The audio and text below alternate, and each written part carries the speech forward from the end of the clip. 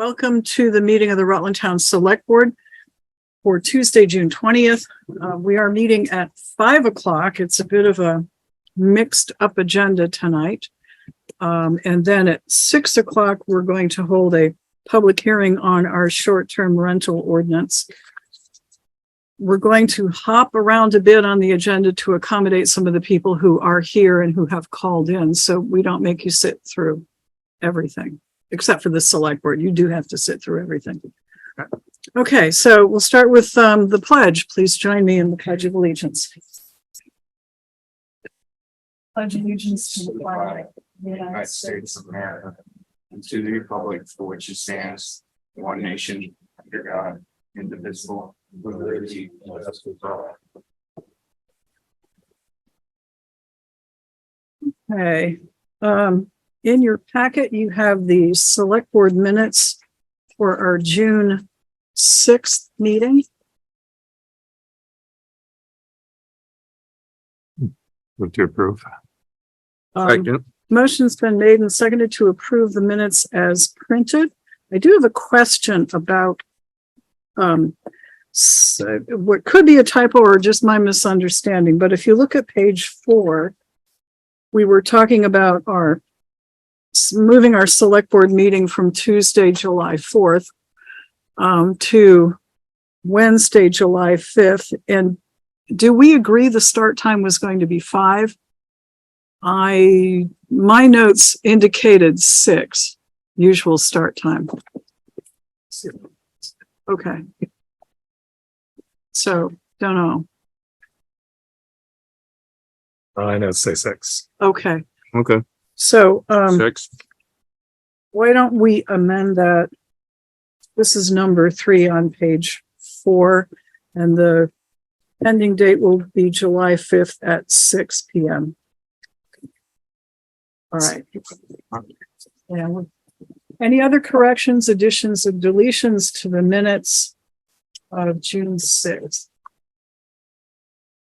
If not, all in favor, please say aye. All right. Abstain. Aye. And the ayes have it. Anybody opposed? And there's one abstention.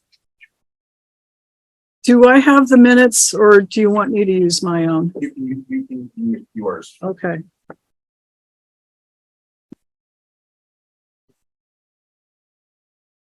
All right. Next item on the agenda is any board member announcements. Kurt, any announcements? Nope. Matt? Nope. Sharon? Nope. Okay. Oh, I take that back. One item. The Rutland High School scholarships were delivered at the award ceremony last Wednesday, which Nice. was wonderful. Good. Awesome. Thank you very much for doing that. All right. And Sharon delivered the scholarship to MSJ, the Did. previous. Yep. Thank you very much. And you had to wait till the way to the end. Yeah, I had to go to church. I had to go through mass. I felt like I was back at MSJ. Did you charge Mr. Cavalieri a commission for that work? Boy, he got some All right. wonderful scholarships. Update from the select board chair.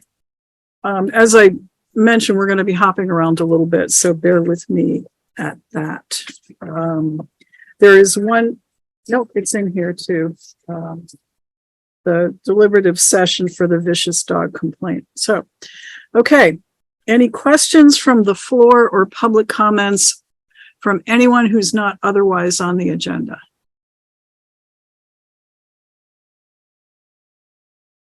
Okay.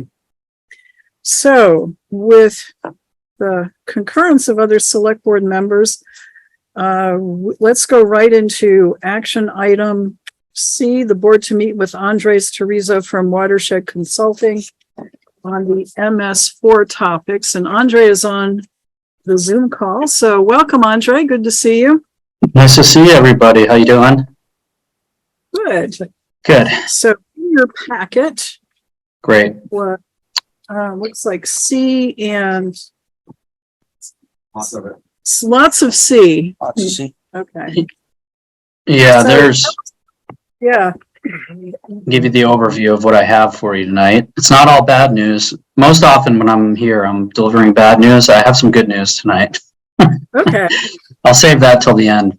The bulk of the work that should be in your packet is work that we've been doing on behalf of the town for the past several months related to the town's MS4 permit, the stormwater permit, municipal stormwater permit that the town holds with the state.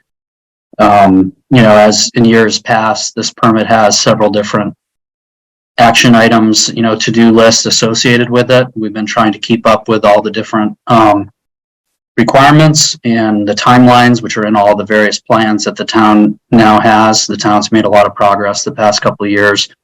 So we're kind of continuing that forward. One of the main things that we've done is we've completed stormwater inspections at the permit sites that the town currently has under their MS4 permit, and also ones that the town is proposing to take over and roll into their MS4 permit. So for example, those sites are Curtis Crossing, Winridge subdivision, the Rutland Town Highway Garage, Hitzel Terrace, and what am I missing? Winridge Drive. There's also Post Road, which actually doesn't have a permit, but it's in the town's phosphorus control plan, so it needs to be reported on for maintenance. So we've completed that. Susan Lane is another one that doesn't specifically have it's not included as a permit, but it's within the town phosphorus control plan. So that's another site that needs to be reported on. Those are a series of dry wells that Byron installed a few years back. So all of those items, all of those inspections are now done, and there's a few to-dos which, I can go over with Bill to make sure that work gets done this summer. But basically, by doing those inspections, we're now in a place where we can follow through and amend the town's MS4 stormwater permit that they have with the state to incorporate these new sites into the MS4 permit, the Rutland Town Garage, the Winridge subdivision, and Curtis Crossing. So that was kind of to do one. The second piece of work that we've done is this continuation of this illicit discharge study. So this is a required element under the town's MS4 permits. This is where we go out and we test various stormwater outfalls in the town for potential contamination of things like wastewater or illegal dumping, that type of thing. And so we initially did a large-scale study in the town several years ago, and there were some sites that were flagged. So we returned to those sites and we did what's called advanced investigation, and generated another report, which ultimately will go to the state. And that report also has a few action item follow-ups, some additional sampling that needs to be done that I can sit down with Bill and review to get a plan about how best to do it. I think we would suggest coming back again this summer and doing some more testing. The third thing is related to stormwater treatment design. So within the town's phosphorus control plan, which is part of the MS4 permit, the town's obligated to continue to implement stormwater improvements around Moonbrook. And so we're currently working on 3 different projects which all drain into the Velco right-of-way. Call those projects North End Drive, Nancy Lane, and Carmel Place. So those 3 projects will require the power company. We're asking the power company to utilize their land for these stormwater improvements. We've made a contact with them. We filled out an application to basically get the approvals to do this. And, so we're kind of advancing those projects forward. And so, we've worked with Velco in the past, not in the town of Rutland, but I've worked with them in Shelburne and South Burlington. They've actually been really good to work with. So I'm hopeful that these projects will continue to move forward. So the final thing that we've been working on is the good news. The good news is that there's what's called a block grant a formula block grant, which the state has offered the town.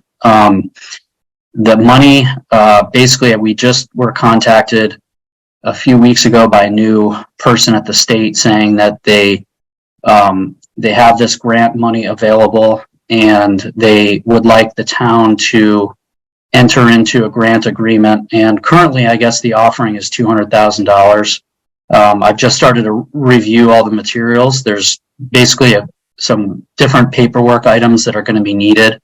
One thing that's going to be needed is basically a letter of acceptance, or just a form that I think the board will need to sign and return back to the state by July 12th. And then there's a formula in terms of how much money the ultimate agreement will be offered for. And so there's a calculation that needs to be done based on the phosphorus loading, specific to the town, kind of a technical calculation that's done that I can help with, and I can work with Bill if the board's interested in moving forward on that. I can help kind of get all the paperwork in order. They need like a certificate of insurance and a couple different items. And I'm also going to read through the fine print. I don't have an answer in terms of any match or any, specific strings attached. I need to kind of spend the time to look through it all, but I'm happy to do that. And then, I can meet with Bill and go over it with them. So that money would be utilized for continuing the design, and continuing, these different efforts, I think, carrying now into the new fiscal year. So I think that would fund a lot of the work that we're currently doing.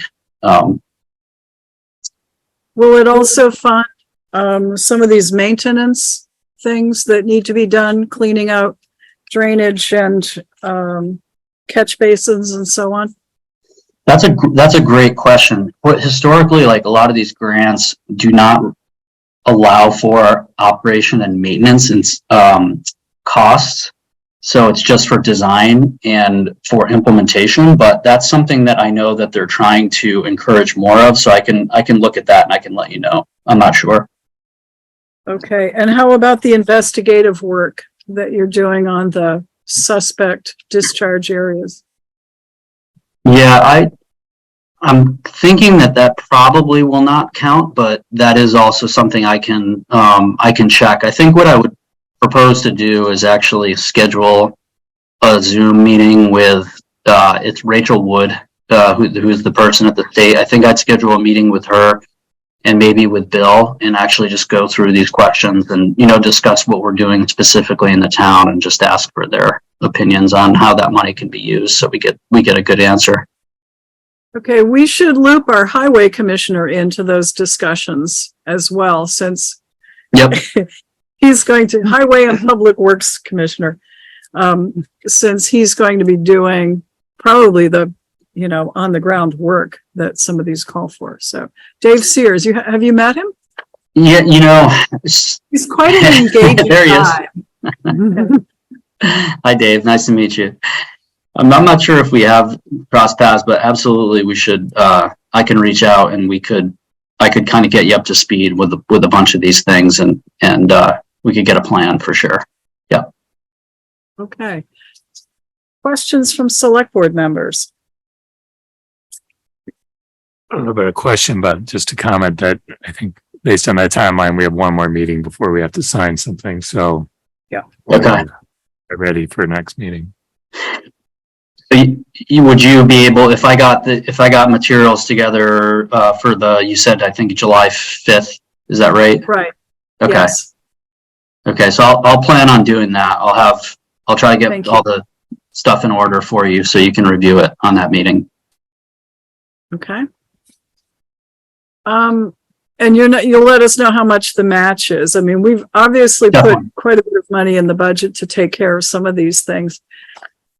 At one point, there were certain percentage goals that the town was supposed to meet over the years toward the MS4 permit. How are we doing with that? We are, I mean, you're staying on track in terms of, some of the projects that have gone into the ground, like the Hitzel Terrace one that was done a few years ago.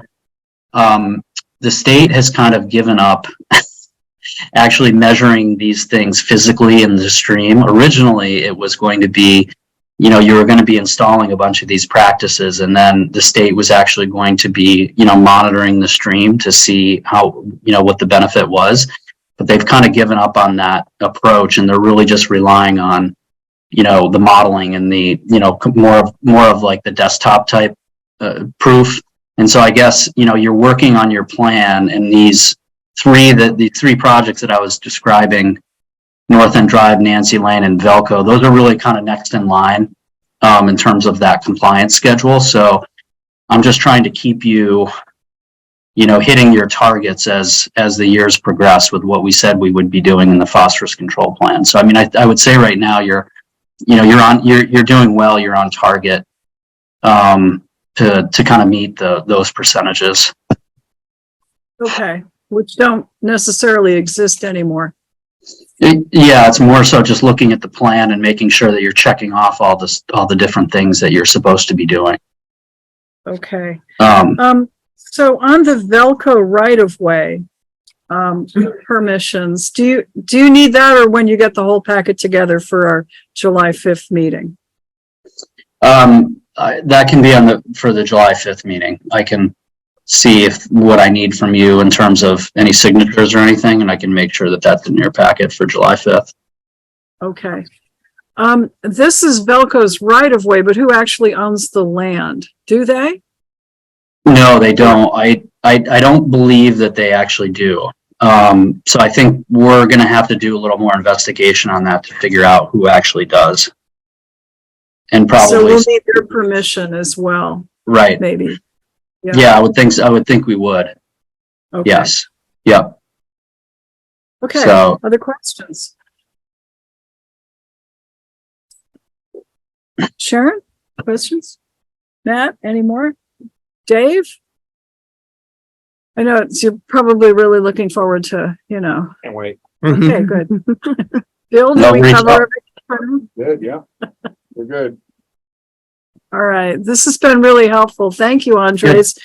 And we'll look forward to seeing the July 5th presentation. Are you going to be zooming in again to talk us through?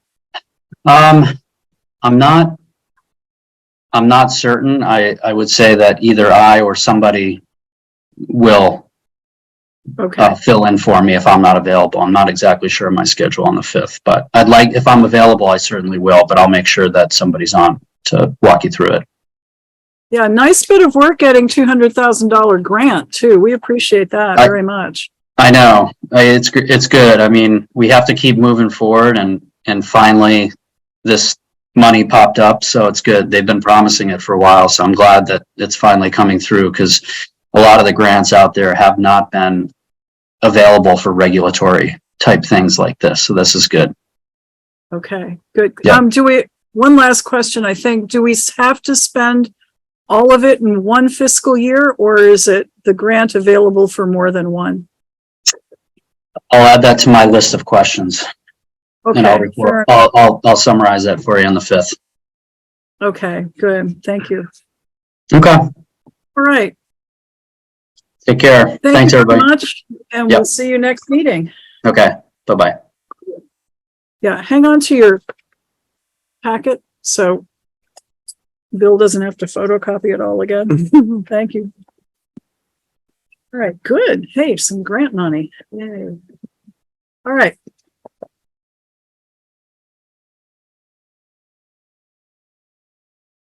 Those are done.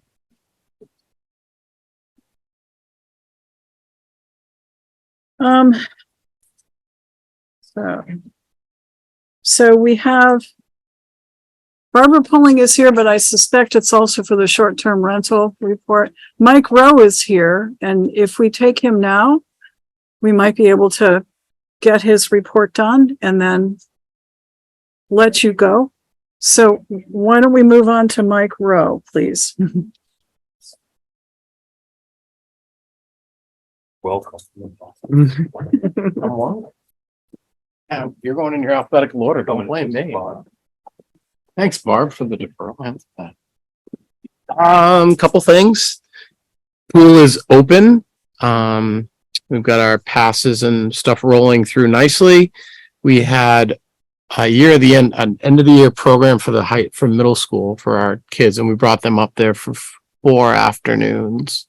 Really? And it worked out really well. We did a bunch of different things at school. One of those was we had kids made picnic tables was one of the activities as well, and those are up at the pool.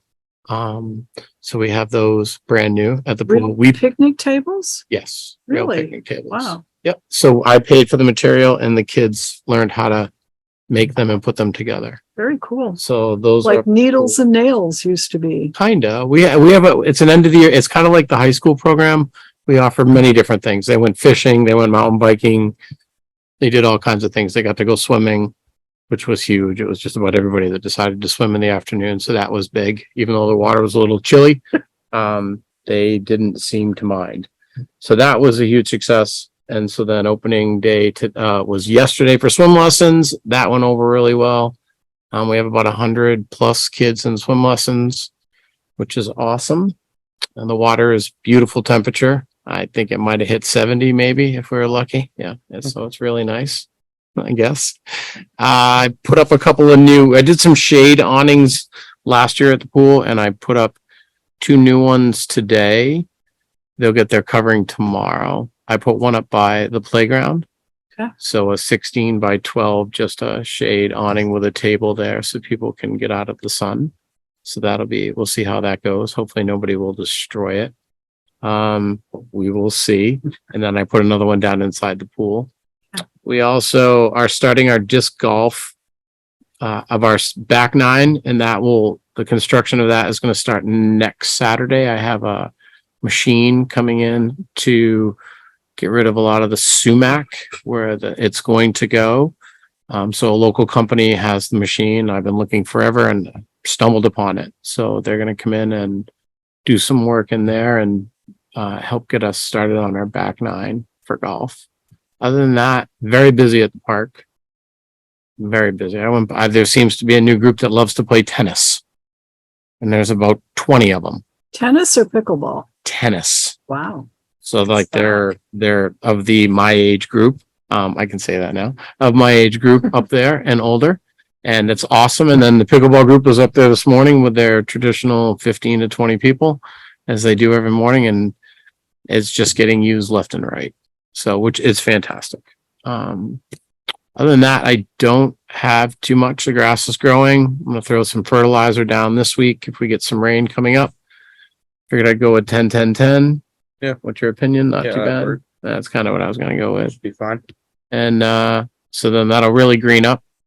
But it looks really good down back. I took Sharon down for a ride yesterday just to show her that it's actually coming in. It doesn't look like a desert anymore. It actually looks green. And I started to mow it, which is good as well.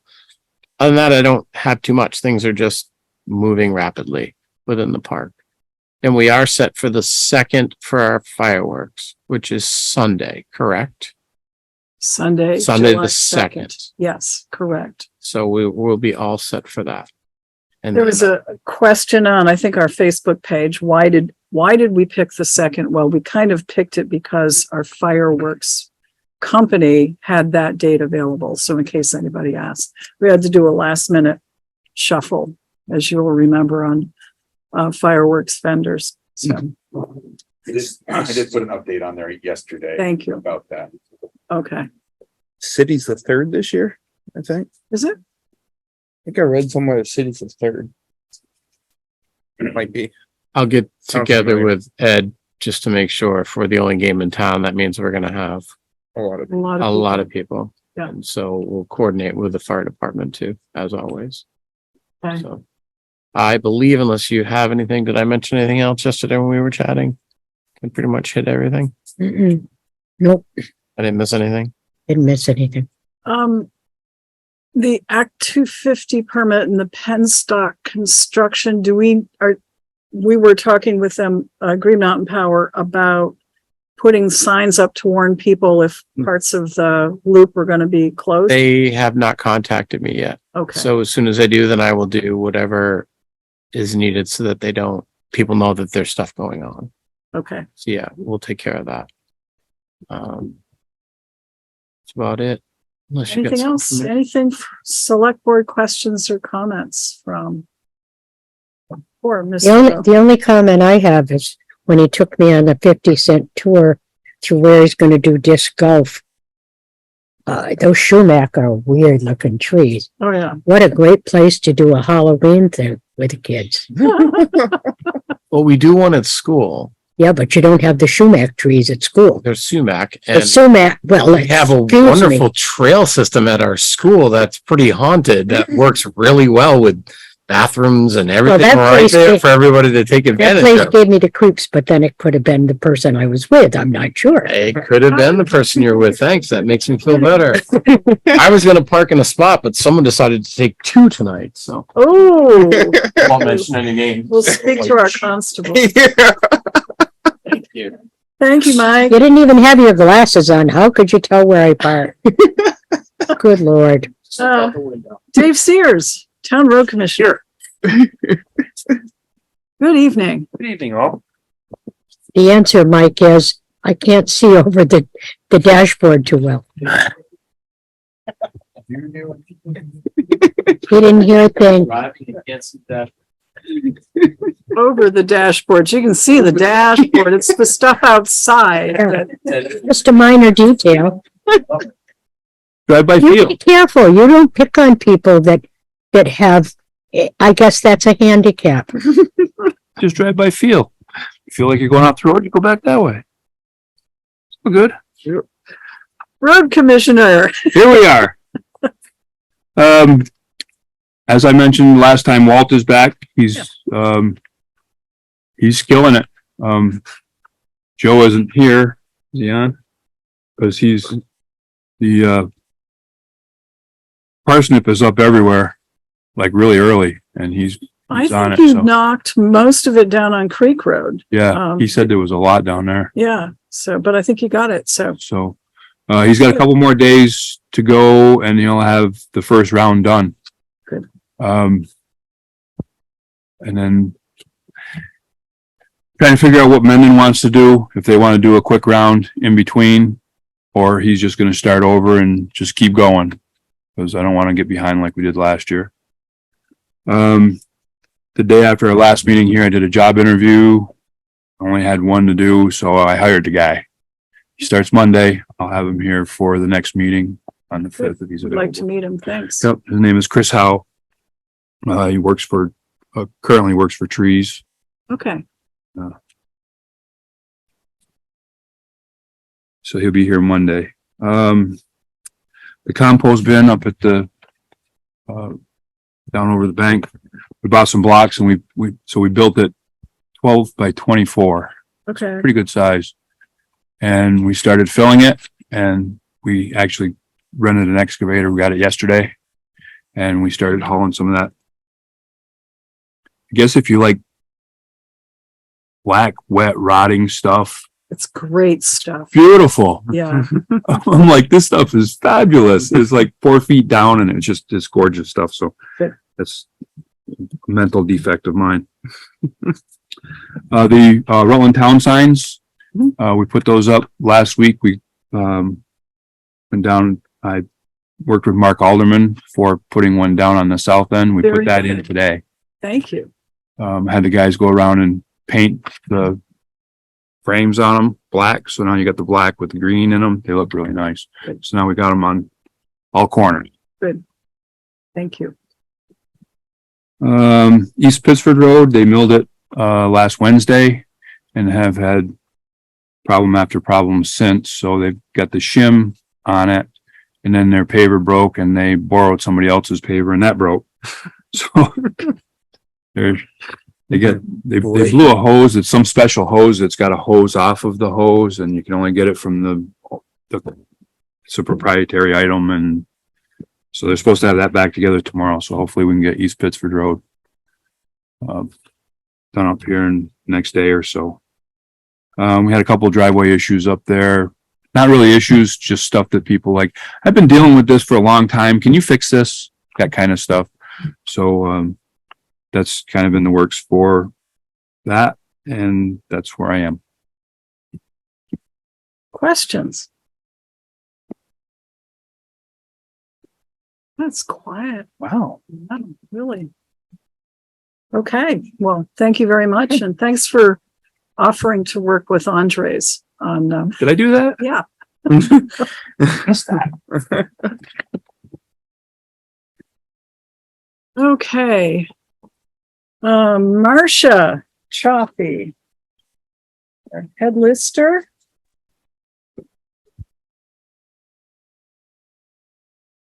Good evening, everyone. Marcia, Hi, everybody. Just wanted to let you know that, I think you've got a, extension letter on your desk. we do. We've been working with Christy Wright, and because of all of the changes between VT Pi and Nimric and Kama, Christy suggested that we really need to get another 30-day extension. We don't anticipate on using the 30-day extension, but we applied for it. So hopefully you will approve it and sign it. I anticipate that we will be able to lodge the grand list the second week of July and get out the grievance notices, and be able to get the tax rate set for Kari before August. The other thing is, we have, Delehanty has been, she's been exceptional in looking at different businesses. She's found several businesses that have not registered with the town of Rutland as a business. And we're working on that. The only other thing is, like I said, the extension, but the extension, we're not going to have to go that far, but Christy Wright has asked us to go for the full 30 days. We spent yesterday with Marie, Jack, and myself working on current use and working on a lot of other things that need to be done in the CAMA system. And we still have quite a few things that need to be done. So hopefully in the next 2 weeks, that will be done. Okay, and so Marcia, the second 30-day extension would begin July 1st and go through most of July? Correct, until August 1st, 30 days. Okay. But I really don't anticipate it's going to go that long. But Okay. with advice from our district advisor, she said, go in for another 30 days. So what, Kari, is that, I mean, it's cutting it a little closer now to It get is, the yes, tax rate yeah. set and the tax bills out. Right. Okay. We Can we will have everything done really prior to the end of August, or the end of July, really. All right. And when do the tax bills usually go out? The tax bills have First to week go of out. August. Okay. Well, tax bills go out 30 days prior to the first tax payment, Okay. and we will meet that. Definitely. Okay. So doable, but it's a crunch because the select board also has to meet. Often we just do a special meeting for that to set the tax rate after Kari does the calculations. Right. And Marcia's got the grand list lodged, and then Kari does the calculations. Well, we haven't launched the grand list yet. Right. Now we've Okay, got, so the request is to extend the date for lodging the grand list for an additional 30 days, which would take us July 1st through, it's actually July 30th, and I think we have 31 days in July. right. Okay.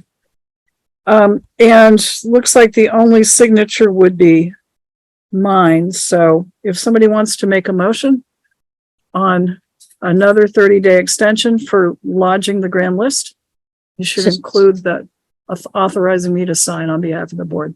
So move. And Motion's to add made. to that, to authorize Mary to sign. Thank you. Is there a second? Second. Motion's made and seconded. Discussion. Okay, no discussion. All in favor of the motion, please say aye. Aye.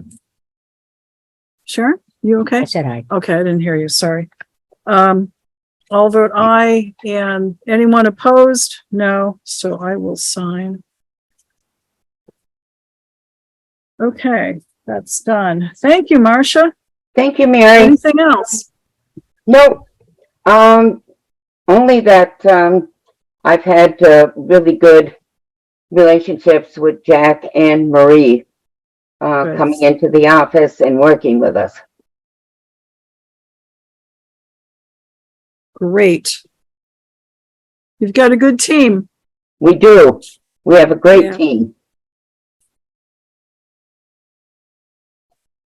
Okay. Yeah. Any questions for Marcia on anything else? Lister's office. Okay, I think that's it. Thank you, Marcia. Thank you, Mary. All right. Next, Chris Clark, Town Fire Chief. He's on. Good evening, everyone. Hey, Chris. I don't have much tonight. I heard Mike say fireworks are the 3rd, so I will talk to him about The second. Second. The second. July 2nd. Right. Fire will be put out on the 3rd. Well, we'll be there the 2nd then. Usual time. Other than that, I really don't have much to say. I mean, we haven't had hardly any calls this month so far. Maybe 5. I was on vacation for a week, so I missed all the good stuff, but nothing's happened since I've been home. But if you have any questions, I'll take them. Any questions for our fire chief? Nope, I've talked to him a few times. Matt does have one for you. Chris, will you be sticking around for the discussion on the short-term rentals? I spoke with him today. Did you hear the question, Chris? Yeah, I will be on. I'll stay on. Okay, thank you. Anything else? All right, thank you for now, Chris. Appreciate it. Thank you. All right, Kari Clark, Town Clerk and Treasurer. Yeah, it wouldn't be bad.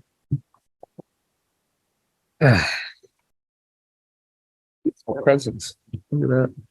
Oh, right, okay.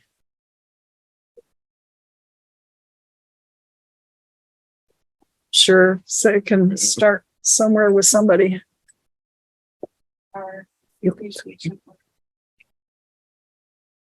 Okay, very good.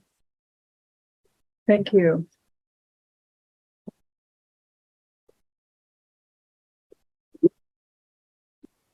I won't take too much time so you can look those over. Well, this would be the last report. Yeah, it was pretty hefty today, so Yeah. we've had some started right off great in the morning. So I think my report for the end of the year might come either in an email form by the end of the week, or I'll report out on it on the next select board, because those were just so late that I had no time to Okay, really look at what we're looking like in the each department. So I'll make this really short. 2 things. First of all, just so everyone knows, Susan has decided to decrease some of her hours. So you won't be, I mean, you'll see her, but you won't see her as much. I talked to her a little bit more today. She does still plan on doing roughly 32 hours. So she still plans on technically being full-time but just reducing the amount of hours she's doing. So over time, I think that's going to look a little differently, but each time there's a change, I'll let you know. Thank you. And then the other thing is, so part of when one thing goes slightly awry in the office on financials, it doesn't just affect one area. As everyone knows, when they're dealing with accounting, it affects so many different areas. Over the last, I'd say, month or so, we've had several of our vendors where we've had to reach out and get some clarification on their billing. It's in my simple little language, it's been a nightmare in some vendors and how they're billing us, and we've got it straightened out in some areas and in some vendors, but the next biggest culprit today was Amazon. And the way that they are, they invoice us, which is great, but we actually should be paying off of a statement instead of invoices, because what's happening is what started out as one small little issue of credits that we had hanging out there for a year turned into a huge issue where we're actually questioning whether it should just be one person making payments or making orders in Amazon for every department in our office, because it's become such an incredible puzzle nightmare.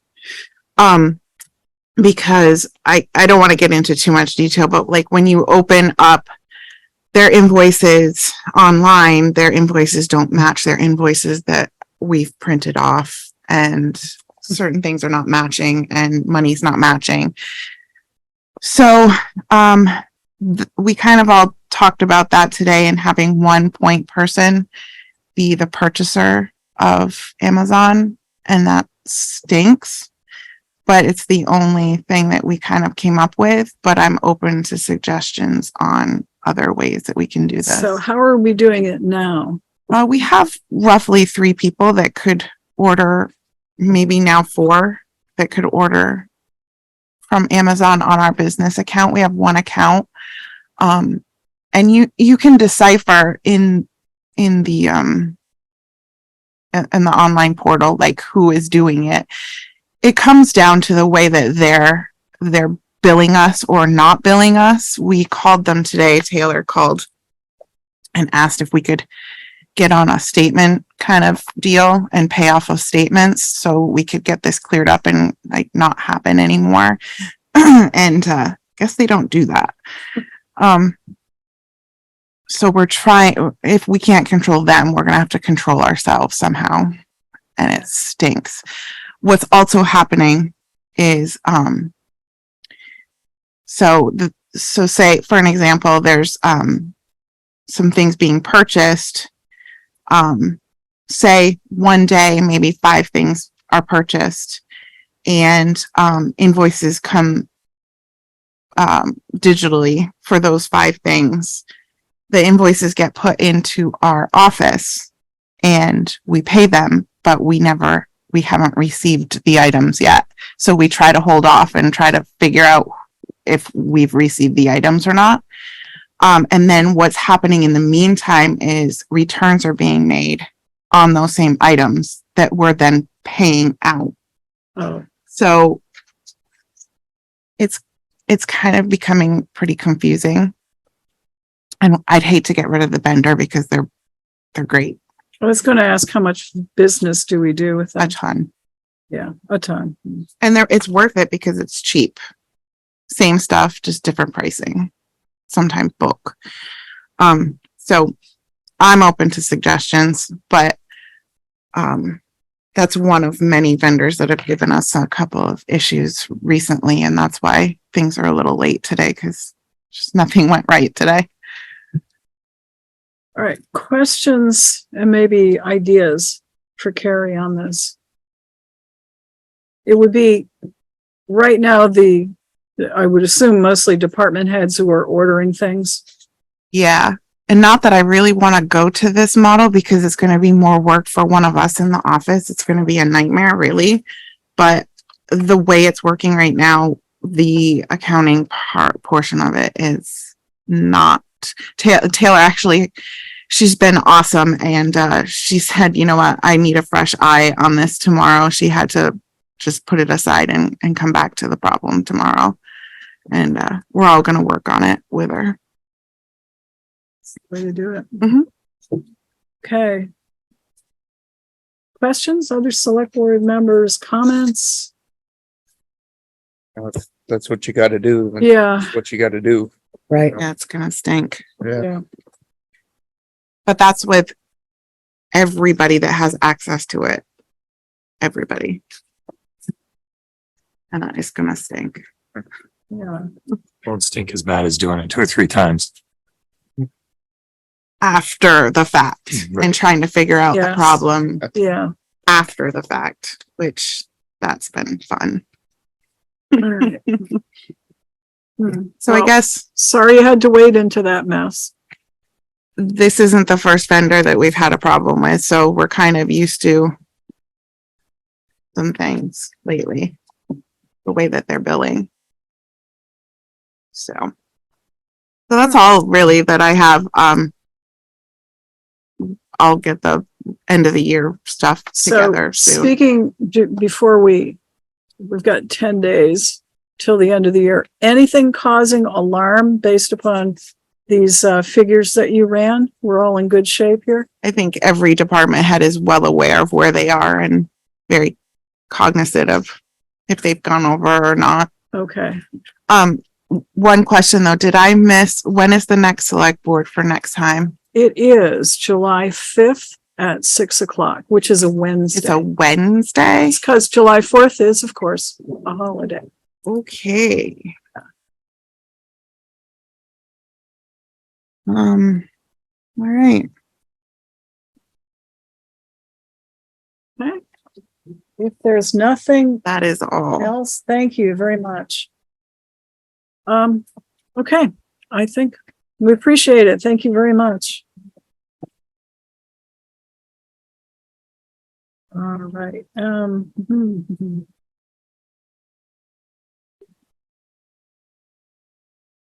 Is Mike here, Delehanty? Okay. Is the second constable reporting in his stead, and maybe also as health officer and maybe also as public safety building clerk? John Paul? Thanks for offering. So I'm primarily here to talk about the building and Yes, the please. construction schedule that's been developed. And Bill, did we get everything together for them to be able to sign tonight? I don't have anything for them. Okay. So you were gonna talk to Ed Clark, because I don't know what he needed to fill in, so I don't know what the details were that needed to be discussed. So he's waiting. He sent everything up to Kevin. Okay. Did Kevin get it to you today? He was just aware of check. the need to sign it. I've been up today. in the Northeast Kingdom most of the Oh. day. I don't see anything. Oops. Public safety building, what is to now? That was last week. So that's a real concern because we need that contract signed to get going on this. Yes, we do. Well, I was in touch with Kevin, quite a bit over the past week, and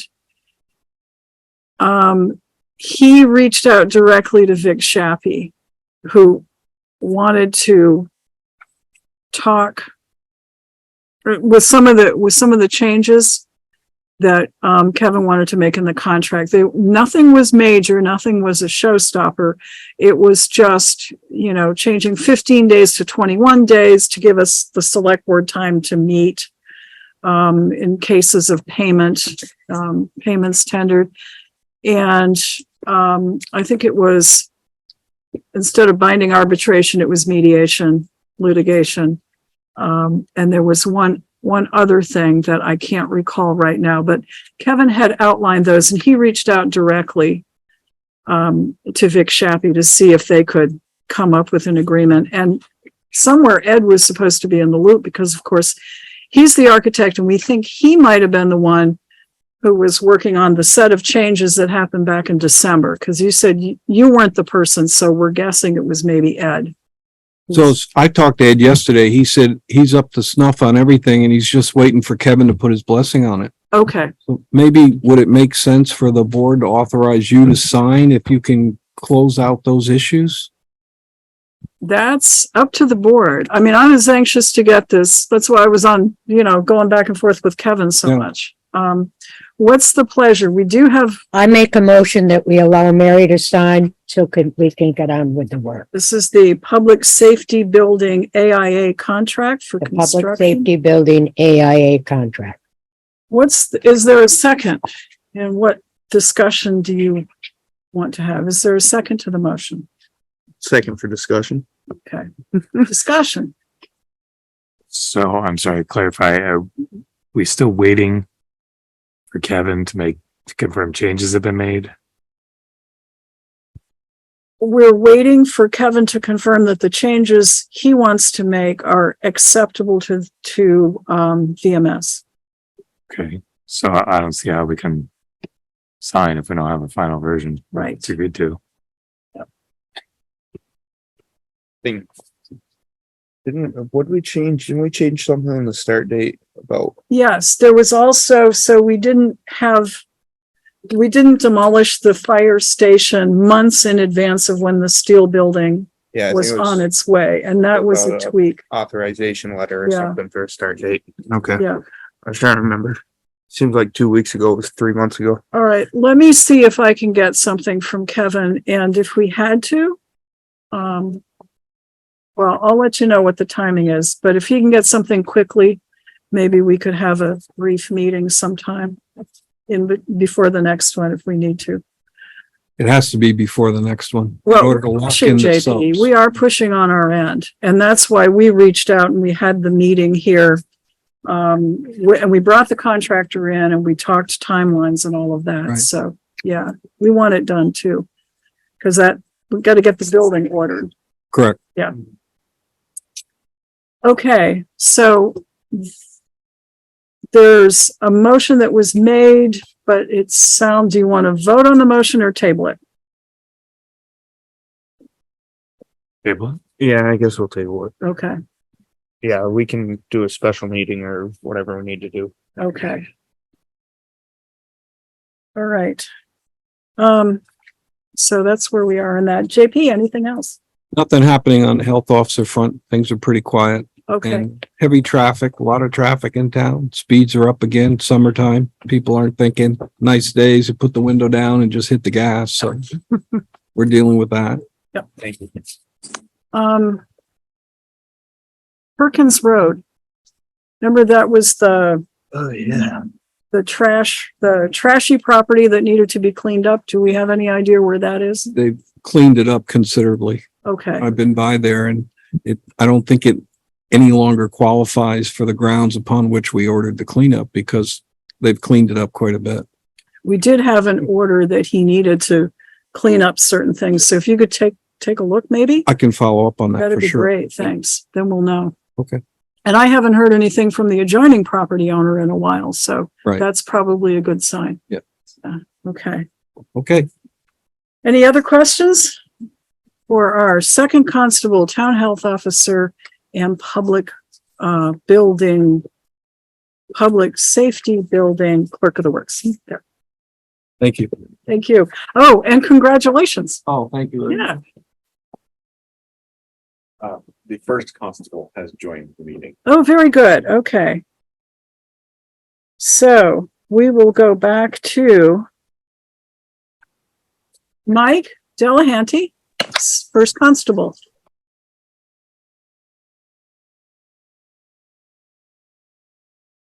Good evening. Guys, can you hear me? Yes, we can now. Perfect. Sorry I'm late. So do you have any report for us? So, I I don't. I've been out of town for most of the last couple weeks, so I don't have anything new to report to you. Summertime's here, of course, so I know that there'll be uptick in calls and in volume. So I'll be definitely spending a lot of my time on the south end and anywhere I can assist with Chief Dumas and the team. But for tonight, I don't have anything new to report. Hey, questions of our first constable? No. Okay.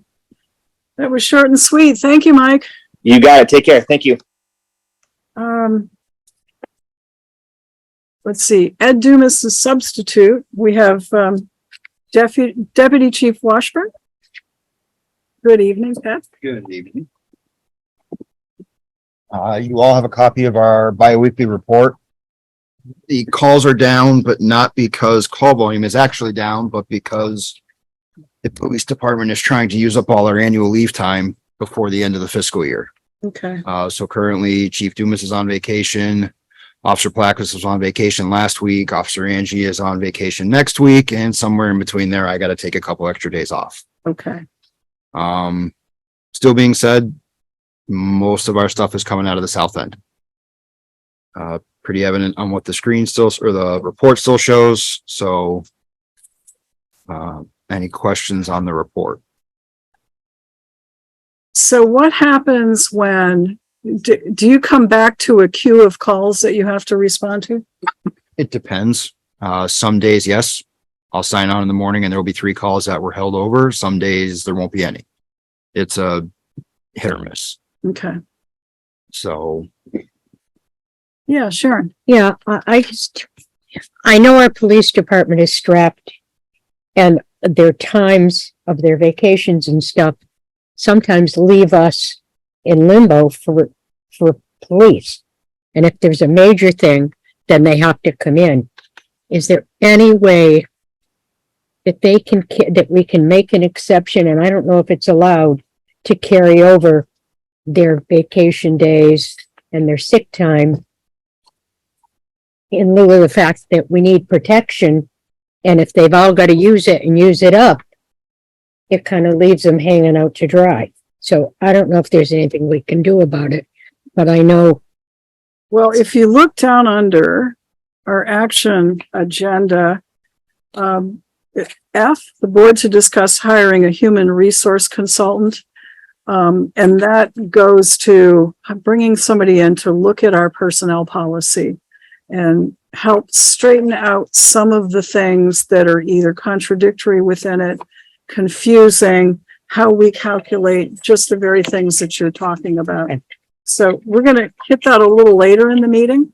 Okay. But that's why we're going to try and bring somebody in on that. Okay. So, okay. Yep. Fair question. And we've been wondering the same thing. Okay.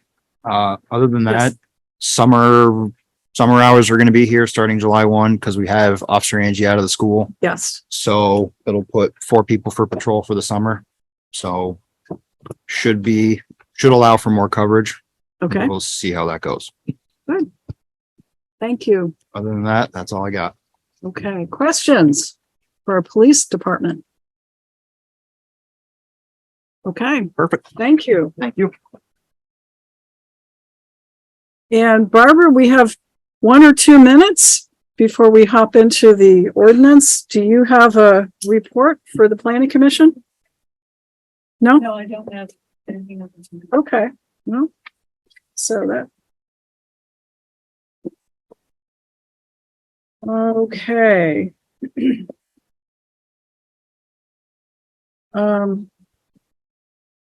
Just to sort of, we've got 1 minute to go. If you folks are here for the short-term rental ordinance discussion, and you want to speak to it, do we have a sign-up sheet outside, Bill? Do the attendance sheet. Okay. Okay. Could you get that and circulate it so that we'll know, and just indicate there if you want to say something about it, and then we'll take you in order and make sure everybody has a chance to comment. Are we going to get brought up to date where you guys are thinking? Well, the select board has the ordinance, but we haven't heard from, we've heard from the planning commission and their reasons for passing it, putting it together and passing it to us, but we want to hear from the townspeople about this. And that's why we're having today's hearing. So we'll get a chance to, we don't have an update for you because we just got it and we want to hear from you first. Okay. I guess that's the best way of saying it. Go.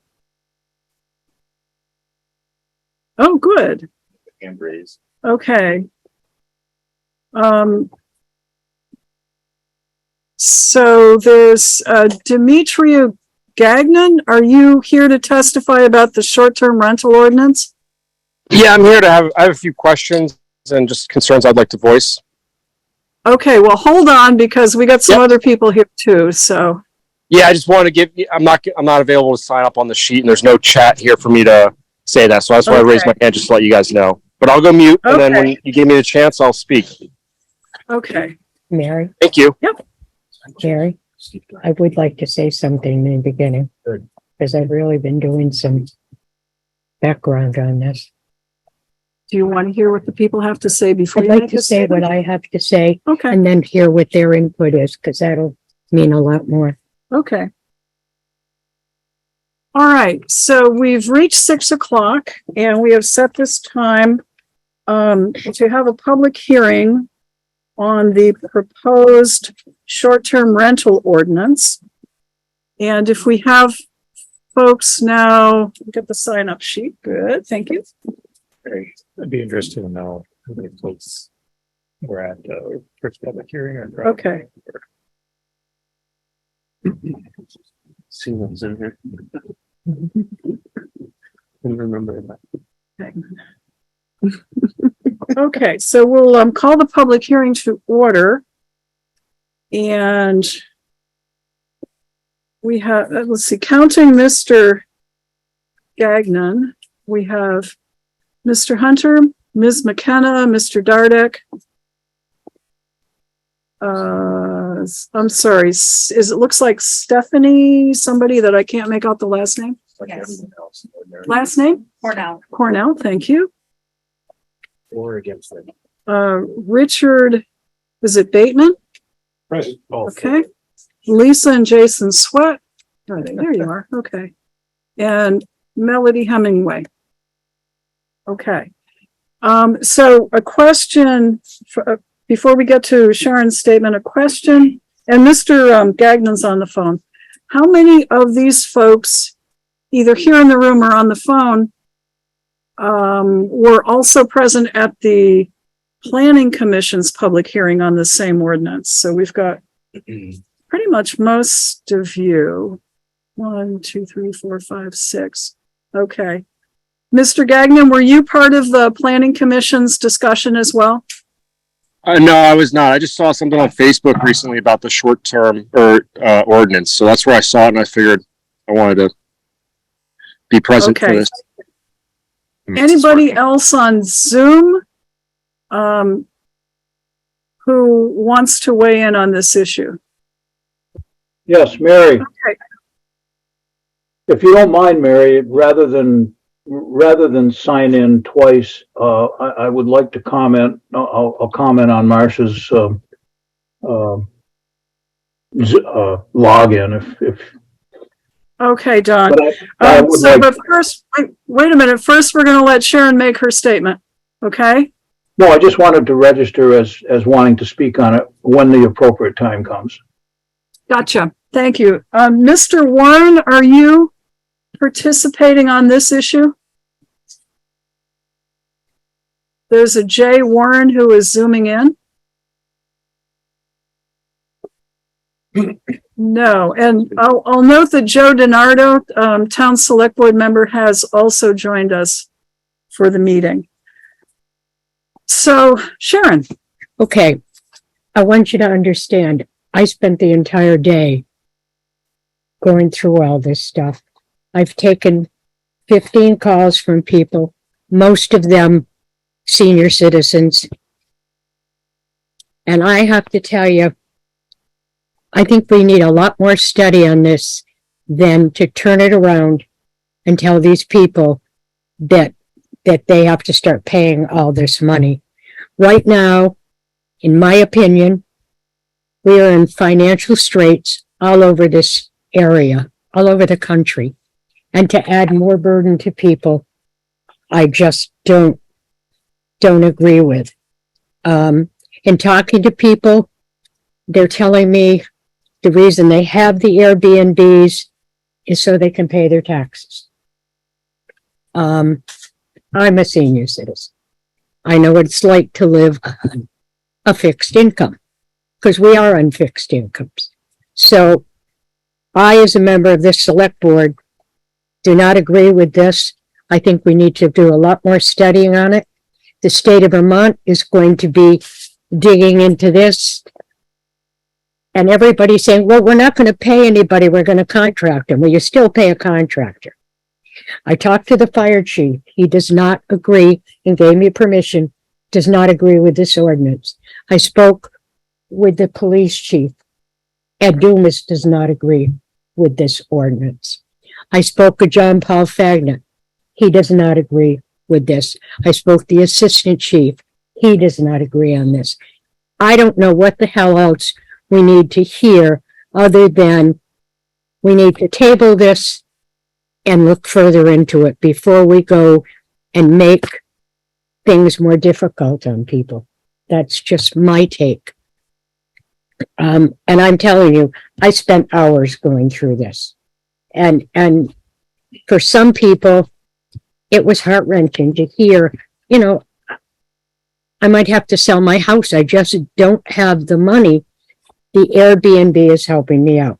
Now, in talking with the fire chief, the police chief, John Paul Faignant, the assistant chief, they've had no calls on the Airbnbs.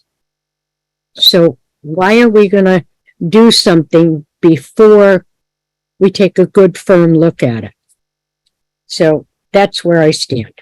And I just want, Barbara, I know you worked very hard on this and I respect that. But when you look at this whole ordinance, Mother of God, I mean, thou shalt not, thou shalt not, thou shalt not. That's just not who we are in Rutland town. We're a town that needs to work together. I'm proud of being part of this town, but I will not be a part of doing this to the people of this town. Are you, did you say you wanted to table this? Was that a motion? Well, I don't know if you want to table it and do more studying on it.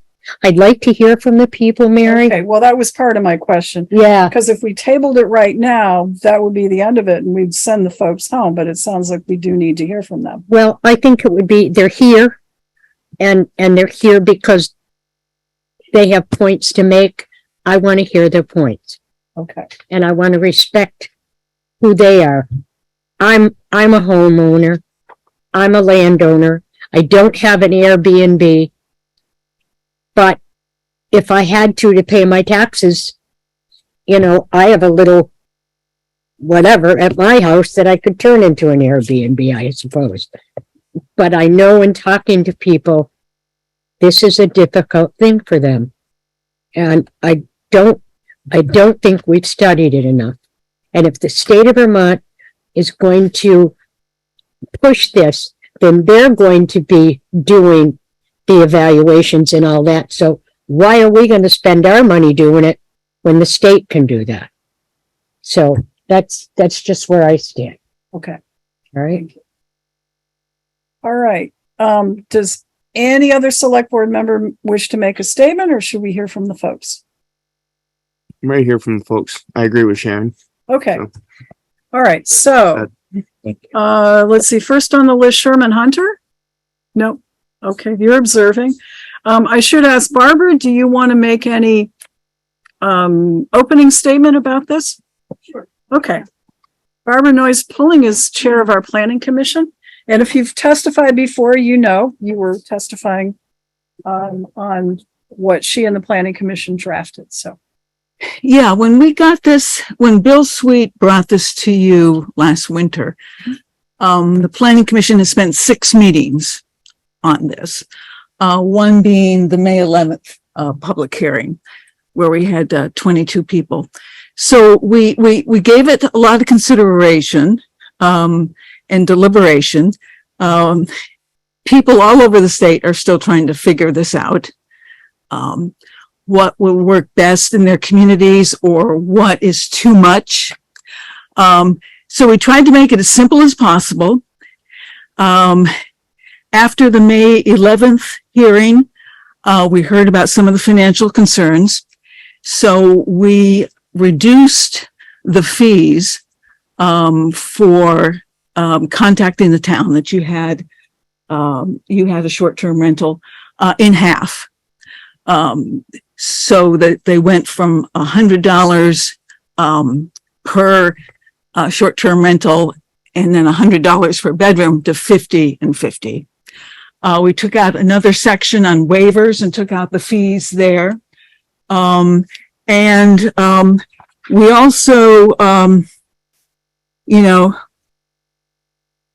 we updated some of the frequently asked questions, and we had a lot of debate about this.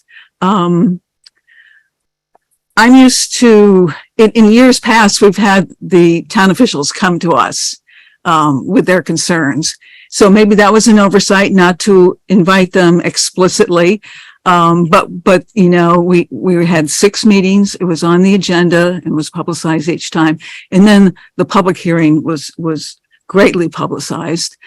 So, we thought we were doing our due diligence, by taking our time with this, sending it to the town attorney. The bottom line for us was to reduce the fiscal impact on the business people, the people running these short-term rentals or owning them, hosting them. But also we thought it was our duty to examine the health and safety possibilities that came with not knowing where these short-term rentals are, how many there were in that. So 3 weeks after the public hearing, the Planning Commission met again, and we took the 3 weeks to mull over what we'd heard at the hearing. And we spent most of the meeting deciding what we wanted to do at that point. And we eventually voted on sending what we had under the new draft with the changes I just mentioned to the select board. And that vote was 7-0. It was unanimous. And there's some members of the Planning Commission here tonight and may want to speak to that as well. I'm not sure they got to the sheet or not. So that's what led up to this evening. And we came to the select board and you decided you wanted to hear a little more input. And so that's where we are. Okay. Was it Mr. Sweat who asked about changes that had occurred? I did. Yeah. I was just trying to figure out what's got like the physical impact. What do you mean by physical impact that the Airbnbs are causing? Financial, yeah. Impact on who? On the people that own the rentals, the hosts. Sure. Yeah. Okay.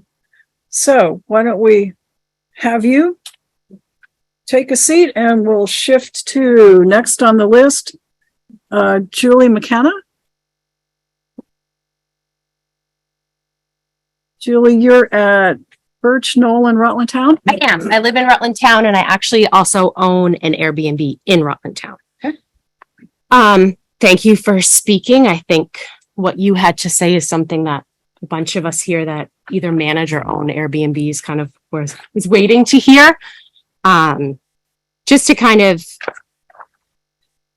I guess when the ordinance came about, it's definitely has been confusing as to what we're really trying to achieve by it.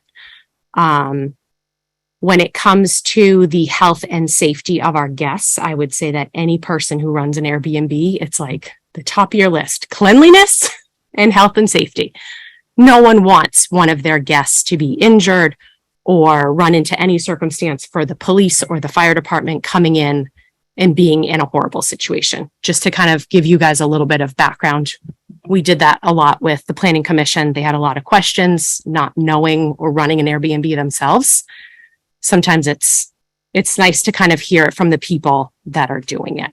For me, when it comes to health and safety in the ordinance, I'm a little confused only because the state and the Department of Fire Safety and Health already have like worksheets that we can use, make sure we're following kind of the state guidelines for our Airbnb short-term rental. So to have another ordinance on top of that was a little bit confusing.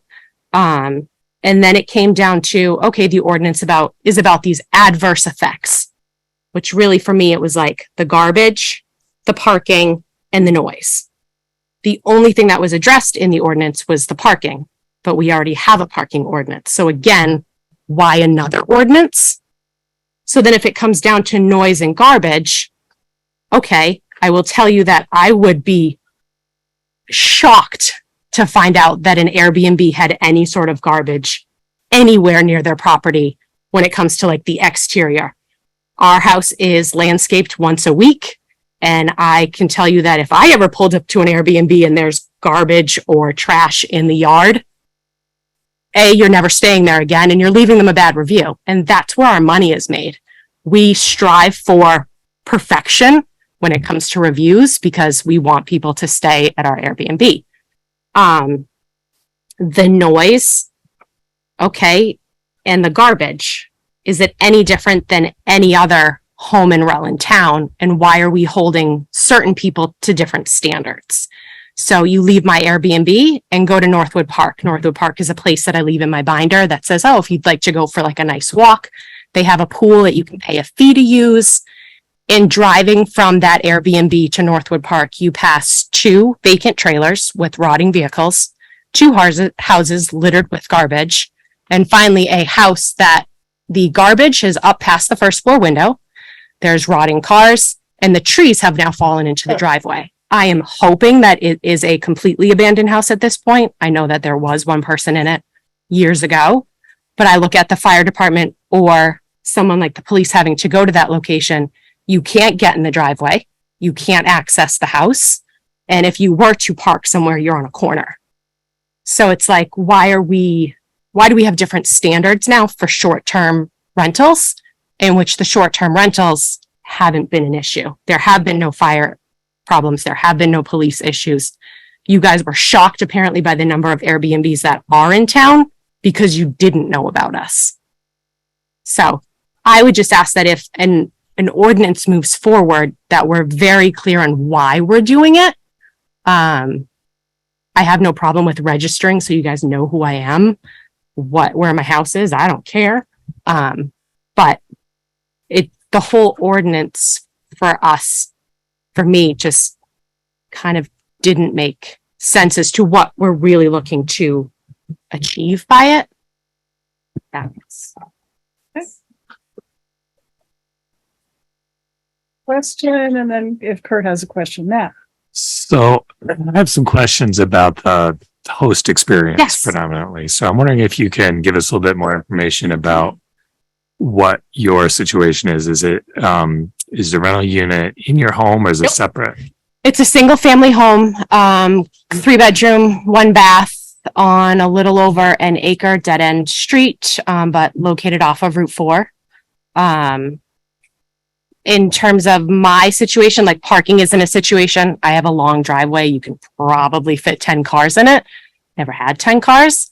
I limit my number of guests to 8. I even start to get nervous at 8 because I like having a lower number, but it also means I don't probably have to clean as much. In terms of a host, I do everything. I know there's people in here that strictly manage them for other people, but I'm cleaning, I'm running my site, I'm talking to the guests that are coming in and out. So I definitely have a vested interest in all of it. It is a source of income for me so that I can stay available. I have 2 kids that one just graduated Rutland Town, one's still in Rutland Town. So for me, it's a necessary income to kind of keep where I'm at to be able to drive them everywhere. So is that's a freestanding single Freestanding family? single family. And so is that How much of the year is that rented? Is it? I actually, don't rent a ton, like midweek summers I will. I've actually got somebody that's coming up, for 5 weeks. He needed a place to stay. He is doing some work in the area. Work is paying for it. So, and in terms of, like we'll get people more like a week or two at a time during the summer. They'll come up, they'll mountain bike, just do different things coming up from the city. And then in the winter, I'm mostly long weekends or just weekends. I make enough that is all I need. So my neighbors during the week, they have nobody even at the house. We do get people vacation weeks, and some people come up for like a week, whether or not it's like they can work from home, but they're skiing. And so prior to getting involved with the Airbnb, did you ever have a long-term rentals either at that location or elsewhere? I have a long-term rental as well. Yes. In Rutland. And do you care to comment on the differences between those experiences and whether you prefer one to the other? Or I am able to vet long-term rentals a little differently. My husband's a Vermont State Trooper, so my vetting, but also I also believe it has to do with price point. So I will tell you that my Airbnb is not cheap. So the people that are checking into my home treat it well. And that is something that I think Airbnb has done a great job of vetting out as well. They have a review system. I can see who's coming. I know that they have their license on file. I have their whole name. There's times that I've Googled them. I'm not ashamed to say that. So it's like, oh, the brain surgeon from New Jersey is coming up. Great. He's going to treat my home well. But for me, I don't see a huge difference, but it also has to do with price point.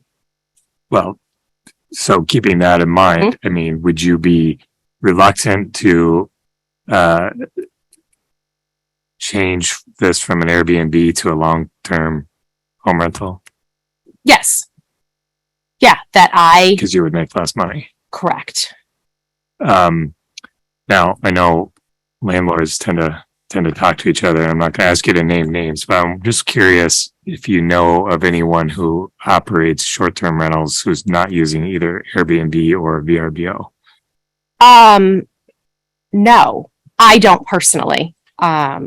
That everybody I know that is using it is mainly using Airbnb.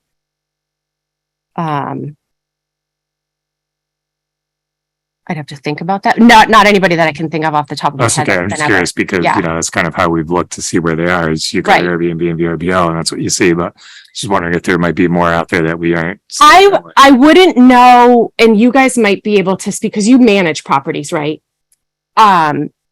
I don't know how you would get that person. So like anybody who's going on vacation, it's like, I don't want to stay at a hotel. I'm going to Airbnb it.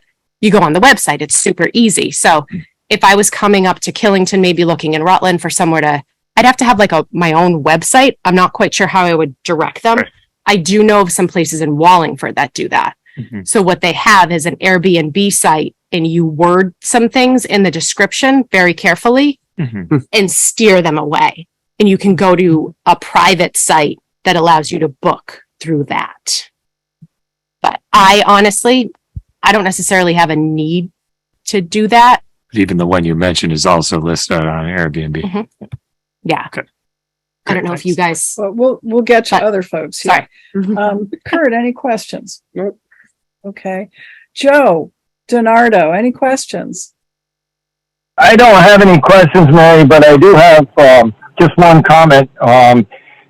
First, I don't think the fees that the town is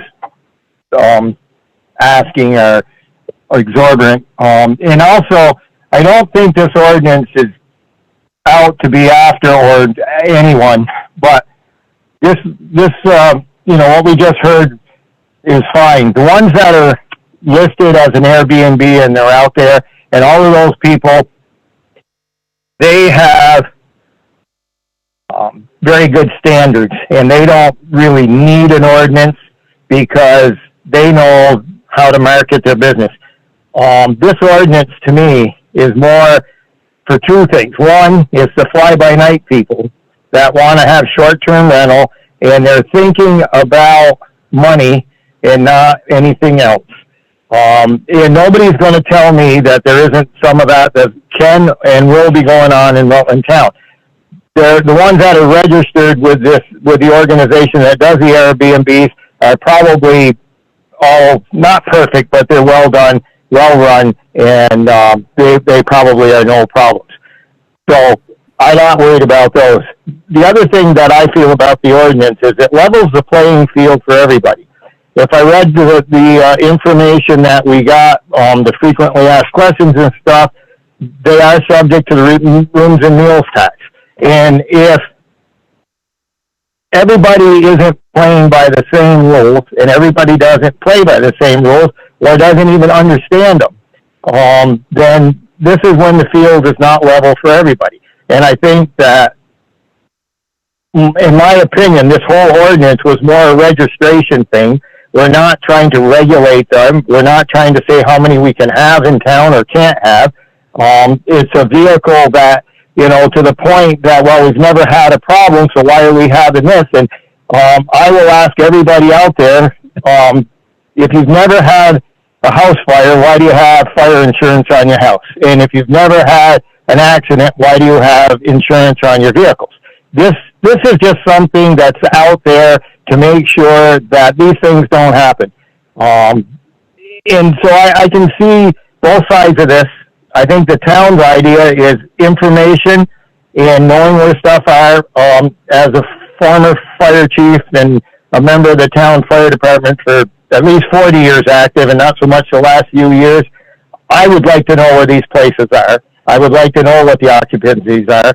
The fire department goes out and they do pre-planning on businesses, on motels, on everything out there. And the last thing that I think I'd want to show up is at what we would assume a single family house to be, and find out that there's a whole pile more people than what would be there. So there's no negative from the fire department. No one was out there. The police end of it, they only come when somebody breaks in or if there's a crime. So normally there isn't a whole lot of interaction with them. But I don't think we're being unreasonable. I don't think the fees are exorbitant. And most of that would be probably just the cost of doing the registration and knowing what's going on. So I don't, like I said, the ones that are well run, registered with the Airbnb people, those are fine. It's the ones that want to fly under the radar those are the ones that need to be regulated. Not everybody is an Airbnb. Some of these short-term rentals out there could be somebody that decides they want to, make some extra money. So we're going to take this part of our house and we're going to have people in and out of there, and they don't know what's going on, and we may never find them. But once word gets out and one word around the town, we'll find out. And it's nice to have a vehicle and have something in place that allows us to go to them and say, this is what you have to do. I don't want to encumber anybody's business. I don't want to see anybody, I don't think this is going to put anybody out of business. I know that these types of dwellings and these type of residents are very expensive to rent, and these folks put in a lot of effort to make them nice and make them happy and do what they need to do, and that's fine. I'd be more concerned about the ones that don't. Thank you. Thank you, Joe. I do have one question. You mentioned other state regulatory agencies. With whom in the state are you registered for your Airbnb? So Airbnb automatically deducts your Vermont, thank you. Okay. So that's already done. And then, the Department of Fire and Safety, they actually have their own checklist that you can use to make sure. You can use. Okay. Is that a voluntary thing? Or I believe. Do they actually monitor? Don't hold me to it. As far as I know, they don't monitor. Okay. I know that was one of my questions is if you guys were going to have our homes inspected, I was curious to see if they had the bandwidth to even do that. Okay. They have all sorts of information on smoke detectors, fire alarms, egress. It runs the whole gamut. They've got matrix and charts and all of that. that you should be following. I would say that they don't currently know who we are and where we're located. And I think that was something that Vermont is also looking into and talked about doing like a statewide. So as a landlord, I have to do annual reports on, well, it's EMPs, lead paint disclosures. I have to do a walk around and make sure there's, all of that. And I have to file with the state every year. Is there any state agency that you have to file with on anything like that? No. Okay. Right. Matt or Kurt? Are you pointing to Kurt or are you? Okay. And one other question Okay. for you and anybody else in the room who knows, I'd like to know if anybody knows about out of state or out of area landlords who own units in our town for short-term rentals. In our town, Yeah. Rutland town owned. Well, yeah, for the purposes of this meeting, that's all I'm going to worry about. Billington's another. Yeah, right. Right, Killington right. for sure is different, but so for Rutland Town, do we know, Bill? Because we're in Rutland Town. Oh, yeah. Oh, well, just because it being more close to the resort, the number of condos and whatnot that you have up there, there's just, It's all around us, mountaintop and. no, I know, but there's the number in Killington is a lot higher and you have a lot more, you have a lot of, Young gentleman. Yeah. Like I said, the vast majority of Rutland town, we own our own homes and it's in our own home. Bill, do you have a comment? I found so far there's Yeah. at least 6 that the owner of record is not a town resident. Not a town resident. What of out of area resident? Colorado, Massachusetts, Texas, Okay. Arizona. Yeah. Okay. All right. Any other questions of Yes, this? I have a question. Okay. Am I correct in saying, say you rented your Airbnb and you had a bunch of ruckus people, big party, beer party, a mess.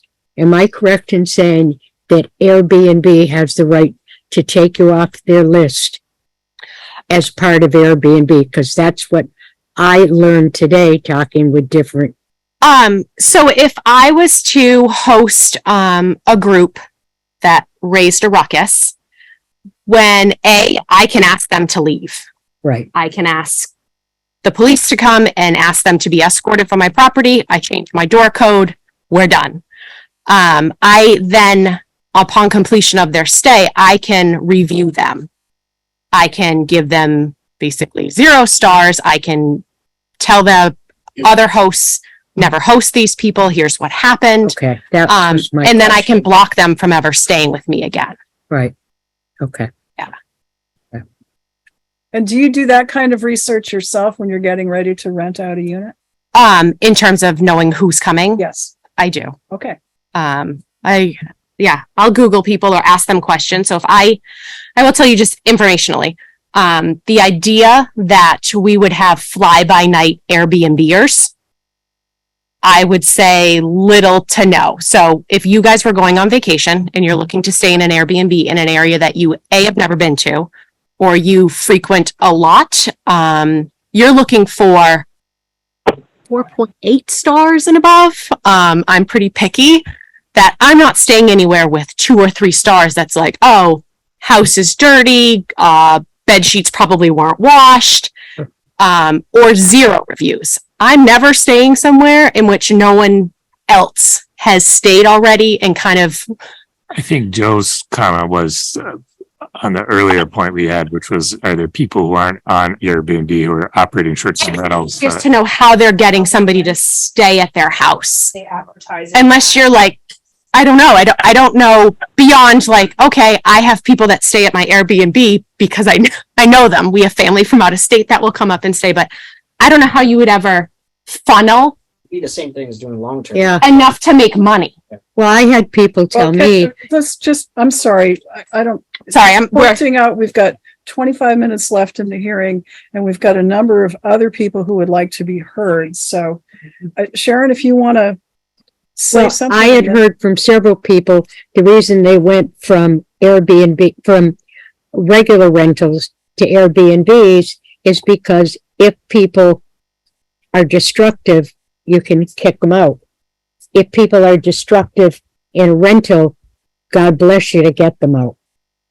It costs you an arm and a leg and your place is destroyed. Can I attest to that? Damn straight I can. I had a rental. I rented it out. I had a horse tied up on the front porch. You know, we had to put thousands of dollars into the rental and it took us a year to get rid of them. So, and try to collect. It doesn't happen. And I will zip it after this just to respond to the fire department. We had that conversation at our the last meeting with the planning commission. And I will tell you that although I could supply you with a weekly list of who's staying at my house and how many people will be there, you don't know that anywhere. I could have 15 kids at my house this summer on a whim down in the basement watching a movie. You don't know that. I don't hang a sign outside that says, hey, fire department, 15 kids today. An Airbnb is the same way. You're never going to know the number of guests in your home. And I'm not sure why knowing it's an Airbnb would make a difference. We're not Killington. It's not, no homes in our town are, you know, your 10,000 square foot, 12 bedroom mini hotels. So I just, In addition. Thank you. Wait, we're gonna, please, we're gonna go in order of the folks That night. who are signed up. We're gonna sweep it the same way. Let's go to next, Steve Dardick. Oh, boy. Good evening, Steve. Hi, Mary. Board. I'm grateful Joe Gennaro spoke before I did, because otherwise I would have felt like the guy at the fair in the booth that gets the water dumped on him. This room is full of responsible people who manage their properties very well and are careful and adhere to the laws and therefore don't feel the need to be regulated. And I get that. And I think I'd probably be comfortable at staying any one of your Airbnbs and grateful to be there. But having said that, I agree with the points. I'm not going to take a lot of the 25 minutes that's left to this board. I agree with the points that Joe DiNardo raised. The reason I came tonight is when I heard about the first meeting, I understood that virtually no one spoke in support of the ordinance. I do support the ordinance. My wife and I have lived in Rutland town for 35 years. We built our house in 1988. And we came here from Rutland City because we wanted a quiet, peaceful residential neighborhood. And we have one and have had one for 35 years. I don't think there are any short-term rentals in our neighborhood, but I don't know that for sure because there is no record, as I understand it, where that would be disclosed.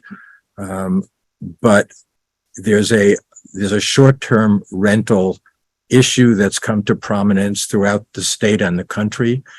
And this ordinance, it seems to me, is pretty modest in its scope. I understand the fee to be $50 to apply for the annual license to operate a short-term rental. And the other fees, other than the per bedroom fee, would kick in only if there was a violation of the requirements of the ordinance. So as someone who lives here and has lived here and who wants to continue to live here, I'd like to see something like this, if not exactly like this, pass without putting a burden on people who have properties that they rent for short terms. That's not my intent, and I hope it's not the ordinance purpose. And I'd actually like to, before I stop, I'd like to thank Barbara Pulling and the Planning Commission for the work that you've done in drafting the ordinance. I think you've done a responsible job, and I know it's not your intent to put an undue burden on anyone. So that's all I have. Thank you. Any questions from select board members for Steve? Matt? So, Steve, I've heard this comment from at least one other person at, that the concern to the neighborhood, you know, they don't want to have a lot of short-term rental activity in the neighborhood. Yep. But also they don't know, right? And as I understand the ordinance, if we adopt it, it still wouldn't prevent that from happening so long as folks were following the rules, you know, staying within the limitations for occupancy and so forth. Yeah. What are your thoughts on that? Would that alleviate your concerns? Are there concerns about having them in your neighborhood that you feel this does address, or? Well, I agree with your point. It's not a zoning ordinance that says you can't have short-term rentals in my neighborhood. So I understand the limitations of it. But I think the town has a legitimate interest in knowing where these short-term rentals are and having some reasonable sets of rules and regulations to be followed. And would I be completely assured that there wouldn't be a disturbance of the residential quality of the neighborhood? No, but I'd be somewhat more assured than I am without it. Okay. Thank you. Thank you, Steve. All right. Stephanie Cornell. Mary, are you Hi, only, Don. going to use the list, or are we going to alternate back and forth? Because, you know. Well, Don, I've got you on the list. So Am I yes, I am last? going to use the list. And I also have Mr. Gagnon on the list. Okay. But I'm dealing with the folks in the room first. Okay. Thank you. I agree with ordinances for a lot of reasons. I manage over 150 different types of short-term rental properties and have for years. I have a lot of experience. I have a lot of knowledge. Ordinances are important. Rules are important. However, with regards to this particular ordinance in this particular town, I think the language is premature. I think it's not specific enough to the rentals in Rutland town. There are not that many. There have been 0 calls.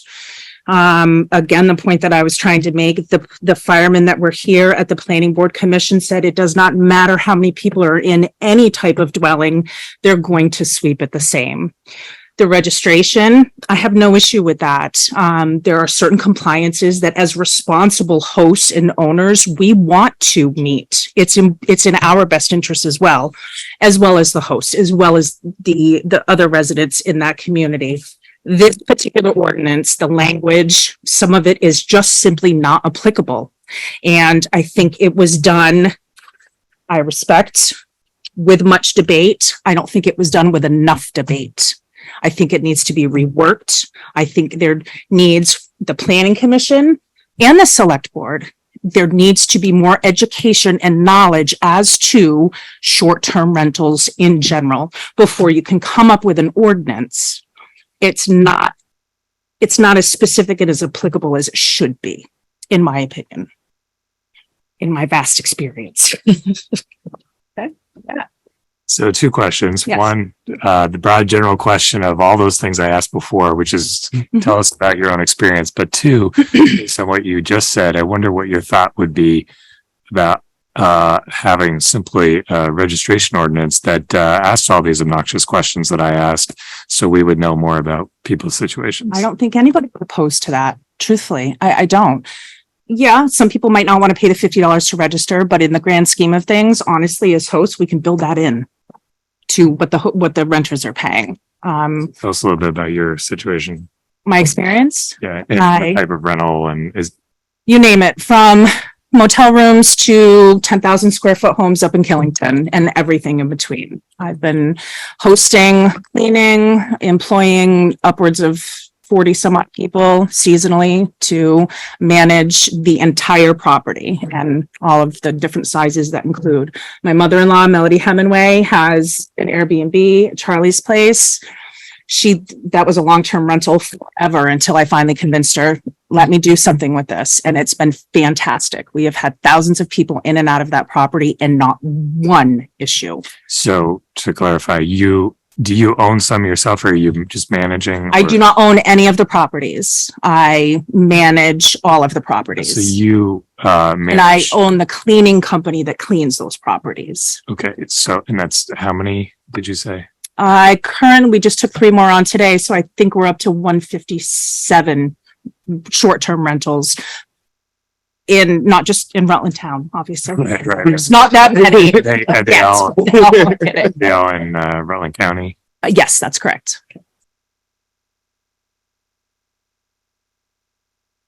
And I will say, I can provide documentation to support the number of issues that any of those properties have had versus the successes. There's no comparison. So based on your knowledge of the properties that you are involved with, would you say, can you characterize the units in the town versus elsewhere? Do they tend to be more of one particular type or another? For example, owner occupied or freestanding homes versus, a bedroom or that sort of thing? The majority, to my knowledge, the majority of the short-term rentals in Rutland Town are owner occupied. There are a couple that have, it is a singular dwelling. However, those owners are right down the street, a couple streets over in the community, certainly within a very short period of time as far as response time goes. Airbnb, I think it would benefit anybody who is coming up with this ordinance to really learn more about how Airbnb works from A to Z. There is a lot that goes into everything that leads up to that renter entering into that property.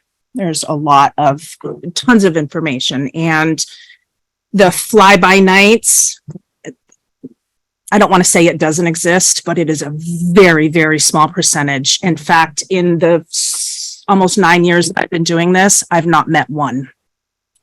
Can I ask you? Of course. If we decided to hold on this and work on it so it better worked, would you be willing to come in and work with us? Absolutely. I would, because I do believe some ordinances need to be put into place to protect everyone. So let me follow up on something Sharon asked, and that is, and that you touched on.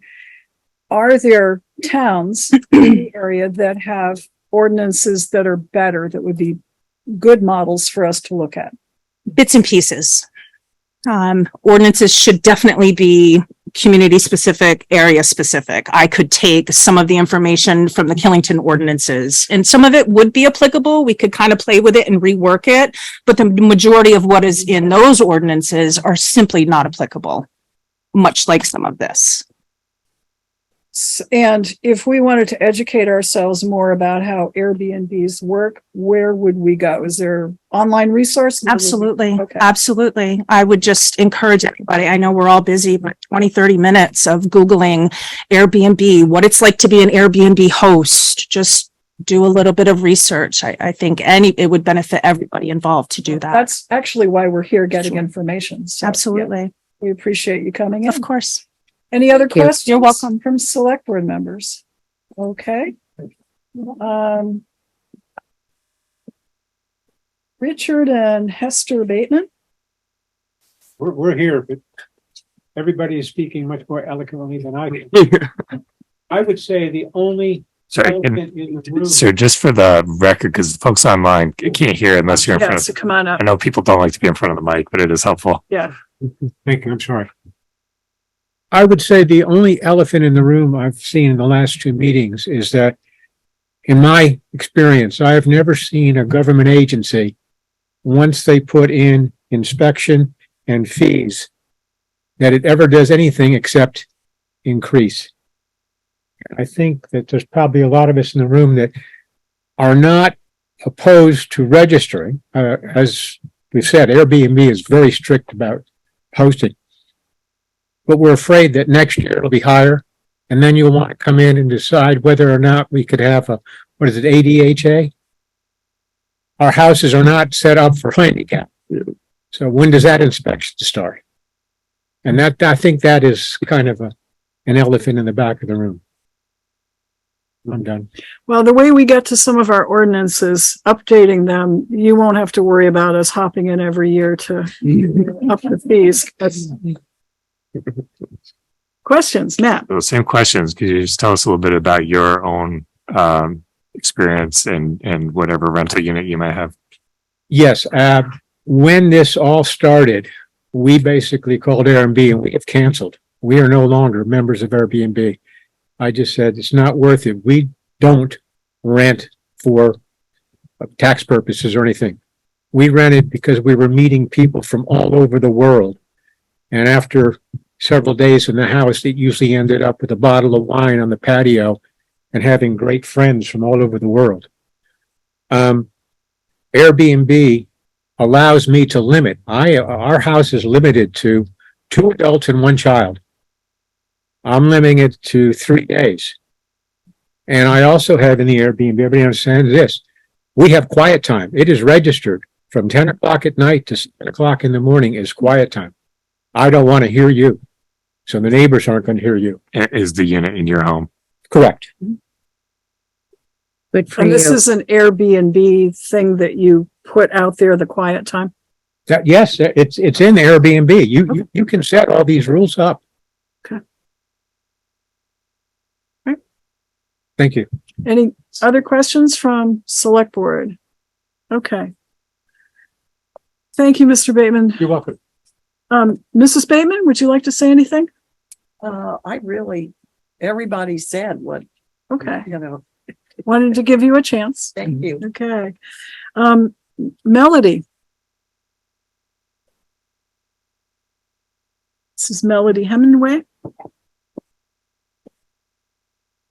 I really don't have much to say because everybody's pretty much said it, but I was just wondering, I have a question. The Town of Rutland Ordinance, Public Nuisance Ordinance, and I was reading down through that, and wouldn't some of that apply to some of the concerns as far as not just Airbnb, but anything? If there was a problem, Call the police. We've used that for I know it's with property that's buildings and all not that, kept but up it properly and so on. does Yes. say private renters and that type of thing in there, if there was an issue of noise or anything that's a nuisance. I just a question, I came across that, but I just thought- We could use some of it, and we have on private property that the neighbors have complained about. So the short answer is yes, we can. So anyway. It may not address everything, but that's Yeah. a start. And I just don't, my opinion on this whole thing is there's not enough issue to warrant an ordinance for the Airbnbs at this time anyway. And I wouldn't mind with the registration and a few other things, but not ordinance like this is written. Any It's too many questions? must have through the whole, thing that makes you feel like you're being controlled totally in your own home. So I just have one question on that. Oh. Is there anything in there in particular that you don't do now that you wouldn't want to do? Because I have an Airbnb? What, I don't understand. Anything that the ordinance requires you to do that you would object to that you don't do and don't want to do? We're pretty much all in compliance anyway, all of us, like as far as everything through the Airbnb, and it's all on the Airbnb websites and set up so that So your concern would be that the town requirements would simply be duplicative. They would duplicate not what for, I don't think Airbnb requires. it's required in Rutland Town for here. I mean, there's no reason to put it in place just in case. If that's, but that's it. Any other questions from the select board? All right, thank you. Demetrius Gagnon. Demetrio, sorry. That's all right. How are you guys doing? Good, thank you. Well, thank you for getting to me. Yeah, I just wanted to chime in. I saw the ordinance and I was kind of taken aback. I mean, it seemed like, I hate to say it, but kind of like just a money grab. I mean, let's face it, the people that are not going to abide by the law, they're not going to register, they're not going to do any stuff right. I mean, we're taking care of our property. We're actually, we try to set this as like an escape place, and we have canoes. So, we provide a guidebook as to whether they want to go hiking or obviously going to the mountains is the most obvious one. Going to the reservoir. So we try to host an experience, and those are the clientele that we're able to, sift through with Airbnb. And again, if I forget your name, I'm sorry, the lady that has a separate house that was talking really early on. You want to have 4.8 stars. You want to have 5 stars. You want people to come here and you want them to feel at home. And this is our home. We live in this home. We moved up here, took a substantial pay cut, and this is actually a way for me to subsidize some of the income loss. The cleaning fee, that goes to my daughter. She's 12 years old. That gives her an incentive. I mean, as silly as it sounds, but I help her out and she's able to clean the apartment downstairs. It doesn't have a full kitchen or anything like that. It's literally, since all the hotels here have been occupied since COVID, it just gives people an alternative that you're not stuck in a hotel, paying $300 a night. Instead, you're in a house and we interact with our guests if they choose to interact with us. Our experience has been very well and we've had positive reviews. So this was something that, it's kind of just taking me aback because honestly, the people that are already, let's say, fly by the night, they're not on Airbnb because if they were, they wouldn't be in business for long because they get really bad reviews. I mean, the market kind of dictates that. So you're competing with 4.5 or higher out of a 5 star rating. So if you're less than 4.5, you're probably not going to get it. So it's an ability for us to sift through the clientele we get. And again, we're just trying to host an experience, bring them up here and show them what Vermont is and what it has to offer. So yeah, I wasn't quite sure what the point of Airbnb registration and fees were. I mean, I looked on Airbnb, there were 6 rentals that I saw. And if anything, it's really the penalties that are going to be, if you forget to register that year by November 1st or something, then you're going to get a $400 penalty and then it's $800. And the reason we're doing is, it's to help subsidize an income loss. And it just feels like it's an easy way for you to get, to misstep. And now all of a sudden you've got a massive fee and there goes, a week's worth of rentals. I mean, we did it this past year. I called Rutland Town and inquired if there was any ordinances or anything I needed to be aware of prior to doing this. I was informed no. Airbnb takes out all the taxes, the meal room, all that stuff. So, we only see about 60% of what we actually, what's billed. So, a lot of it comes out and, the town's already getting that money through the meal and lodging taxes. So I didn't really see what's the point of the ordinance. It just seemed like another law that was going to kind of affect those that are doing it right. It was going to hurt, it was just going to be another fee that we would have to pay and eventually it'd go up. I understand with Killington, you can find a seasonal rental in the summer, but even then that's even becoming harder. I understand that Vermont has the housing crisis. We went through it. We're fortunate enough to land here in Rutland Town. We've enjoyed it. But it just seems like another barrier. And I think the people that are out here doing it. Oh, any select board members who have questions of you? Doesn't look like it. So thank you very much. Thank you. Yeah. Lisa and Jason, I skipped over you and that was purely an accident. Sorry about that. That's fine. Who'd like to come up? Both of you? Yes. Okay. All right. Yes, you're not. Thank you. Thank you. I think just like everybody said, the group I am not the manager. My lovely wife takes care of the Airbnb. My concern is why are we being selective on the Airbnbs? There's a lot of businesses since COVID that work from home. Lawyers work from home. Landscapers work from home. Construction guys work from home. People are coming in and out of people's driveways all the time. Real estate people are coming in, having meetings, multiple meetings at people's houses, lawyers. So if we're going to start setting fees, we need to set fees for everybody, which is fine with me, just as long as we're all on equal standing ground. The registration is very easy. You look up Airbnb or VRBO, whatever it is, and you'll see every place in Rutland Town that is available. So if you guys are looking for places or the police are looking, you'll have a list of everybody that is renting places. You're not going to have a list of people that are doing businesses out of their houses. You're not going to have a list of lawyers doing work out of your houses. So you don't You mentioned lawyers 3 times. So Yeah. obviously I'm the target. So. Yeah, no. But what I'm saying is, if we're going to start making lines in the sand, we got to make it for everybody. I understand. And we also do have personal property tax. So we do look at businesses in town, and the question has come The up major as you. businesses, I agree with Yeah, you. no, like- we've also posed that question about how far down do you go? And you have to for go those pretty things. far down for Yeah. the one man operation that's mowing or, you know, healthcare for an older, people in the houses or, you know, that type of stuff. So do you rent out your Airbnb? Is it just one, and is it within your house, your home? Within our house. Yeah, correct. Okay. Okay. And everybody's right how you make stipulations and everybody's different. If you guys have ever looked up an Airbnb is, you know, you're looking for an Airbnb that fits your family, how many people you have, kids, you know, the environment that it's in, you know, quiet times, like their quiet time. They're not going to want 3 kids at their place where ours is a farm and the kids can run around and we don't care. You know, it's so you, as a Airbnb person, you're trying to figure out what works best for your family.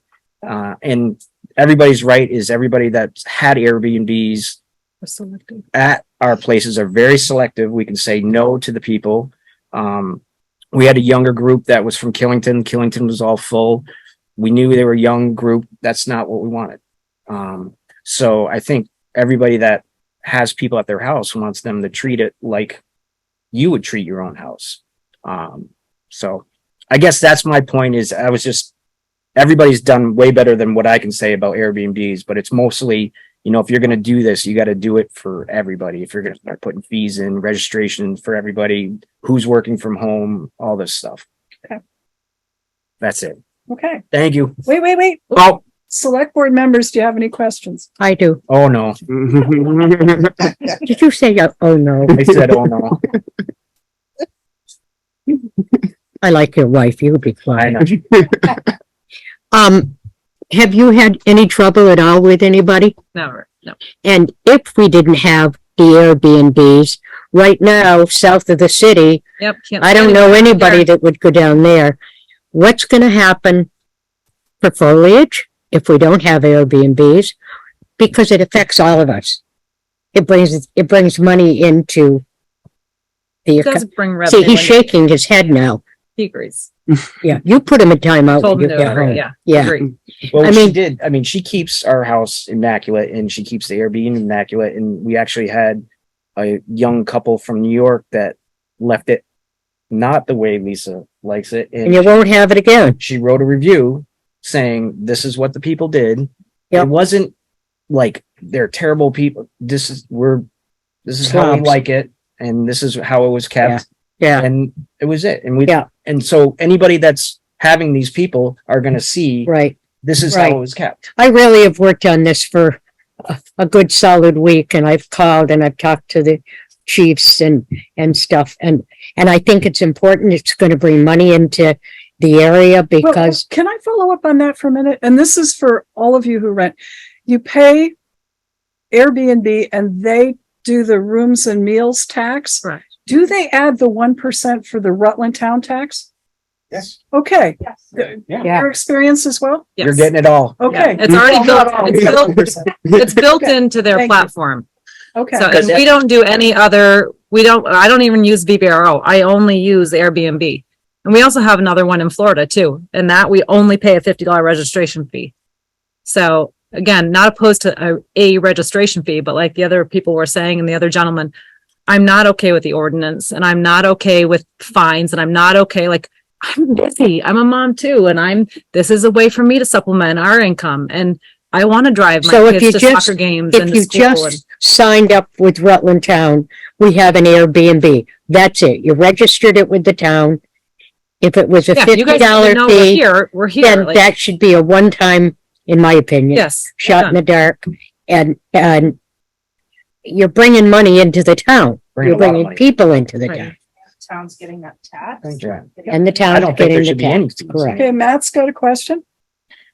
It sounds like so far everyone here has used only Airbnb. Is that correct? There's no VRBO. Does anybody happen to know? It used to be VRBO didn't collect the tax. Does anybody know if they changed that? Because I don't remember. My knowledge, that has not been changed. Yeah, I think that was here last time. I think he uses it on occasion, he said. And one of the reasons he doesn't like it is because they didn't collect it. Yeah, a lot of people ended up in trouble because they didn't know any better, and the state of Vermont sent them imaginary notices for six-figure sums, and that didn't go well, so. Barbara. So I've got two other people who want to speak. Yeah, thank you folks very much. You have a question or I see you're No. raising your hand, but. Remember, you're in Two other timeout. people waiting. So we've got Seems like. Don Chioffi. My husband too. And then Dana Peterson. So, and we're kind of over time, but let's see if we can take just these last two folks for a couple of minutes each. Don. Yes, thank you, Mary. This is a thorny issue, and I agree with Joe, and I agree with Sharon. And you may be saying, well, how can you agree with both of them? They have kind of differing positions. Well, of course, this came up under my administration, and Bill and I had talked about this when we noticed some aberrations and some increases. I don't doubt the integrity or the ability to control of anyone that's in that room tonight that has spoken. However, those people that have said, well, we don't see that there's that many problems, why do we need an ordinance?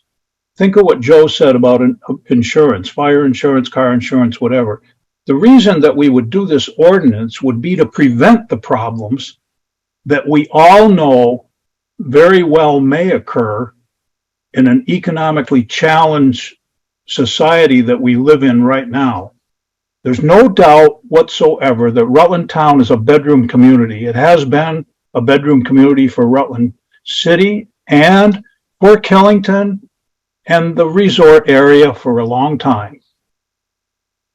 With the present conditions right now, it behooves someone to rent a property short-term in Rutland Town as opposed to a hotel or a condominium or space that is much more expensive at Killington. It's a short hop up there. That's number one. Number two, I think if we're going to, I think this needs more study. I really do agree with Sharon that it needs more study. And I am in favor of the ordinance, but I think what we need to look at more closely is the distinction that's being made. Everybody calls us Airbnb. Let's look at what it really is. We are changing residential areas into commercial areas. There's no question about that. Your first speaker said she has a single family home and she has 8 in there. I would venture to say that the percentage of single family homes in Rutland Town that have 8 people living in them is very, very small, if almost non-existent. We used to talk about a single family home being a couple with 2 kids. And of course, that's gone down. So 8 in one home. I think we have to make a distinction between a residential area and a commercial area. And what this ordinance should do is make a very, very distinct dichotomy between residential owners who live in Rutland Town and want to do an Airbnb, which most of the people in this room are, and those who are not residents of Rutland Town, who are simply purchasing property to make a commercial venture out of it. And although it may be small now, it's going to increase. I will guarantee you it's going to increase. I've talked to other people that are in the rental business, and it's proliferating all across regions like Rutland Town. Out-of-state buyers are swooping up single-family homes in areas like Rutland Town and or Killington and or any place else that's near a 4-season or a 2-season resort area. And they're maximizing them for profit potential. That is not what was intended in a residential area in Rutland Town. By either ordinance, we don't have zoning, by planning, and the town has done some pretty good job of planning. We have great commercial area that pays us a lot of money, and we have great businesses in Rutland Town that pay a large portion of our taxes. And we have really, really nice residential areas, and they need to stay residential areas. B&B is not residential. B&B is commercial. You can label it any other way you want, but it's commercial. And your first speaker also said it's not cheap. We haven't had any discussion here tonight as to how much money is being made as opposed to a long-term rental. We had a pretty good discussion between long-term and short-term. And the reason that she would not go long-term was there's a lot more money in short-term.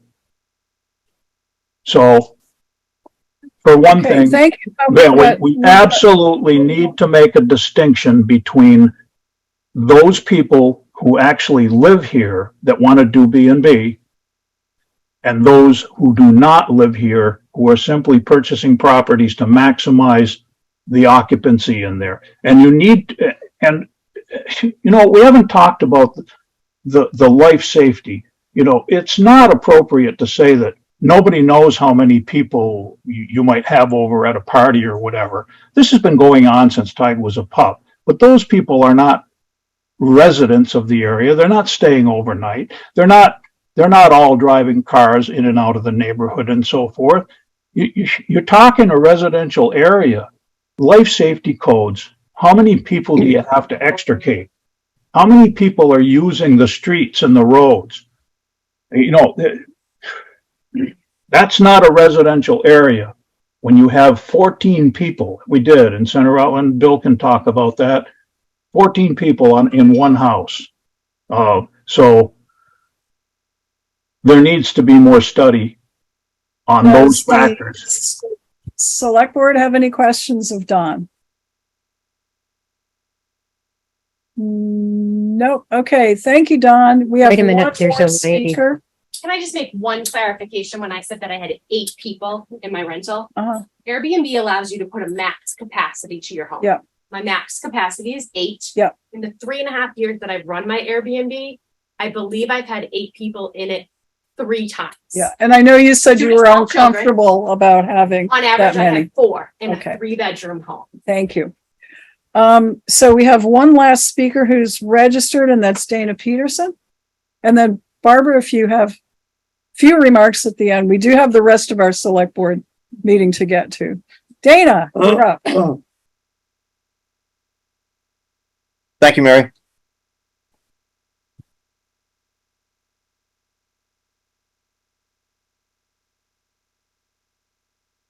I guess this is mine.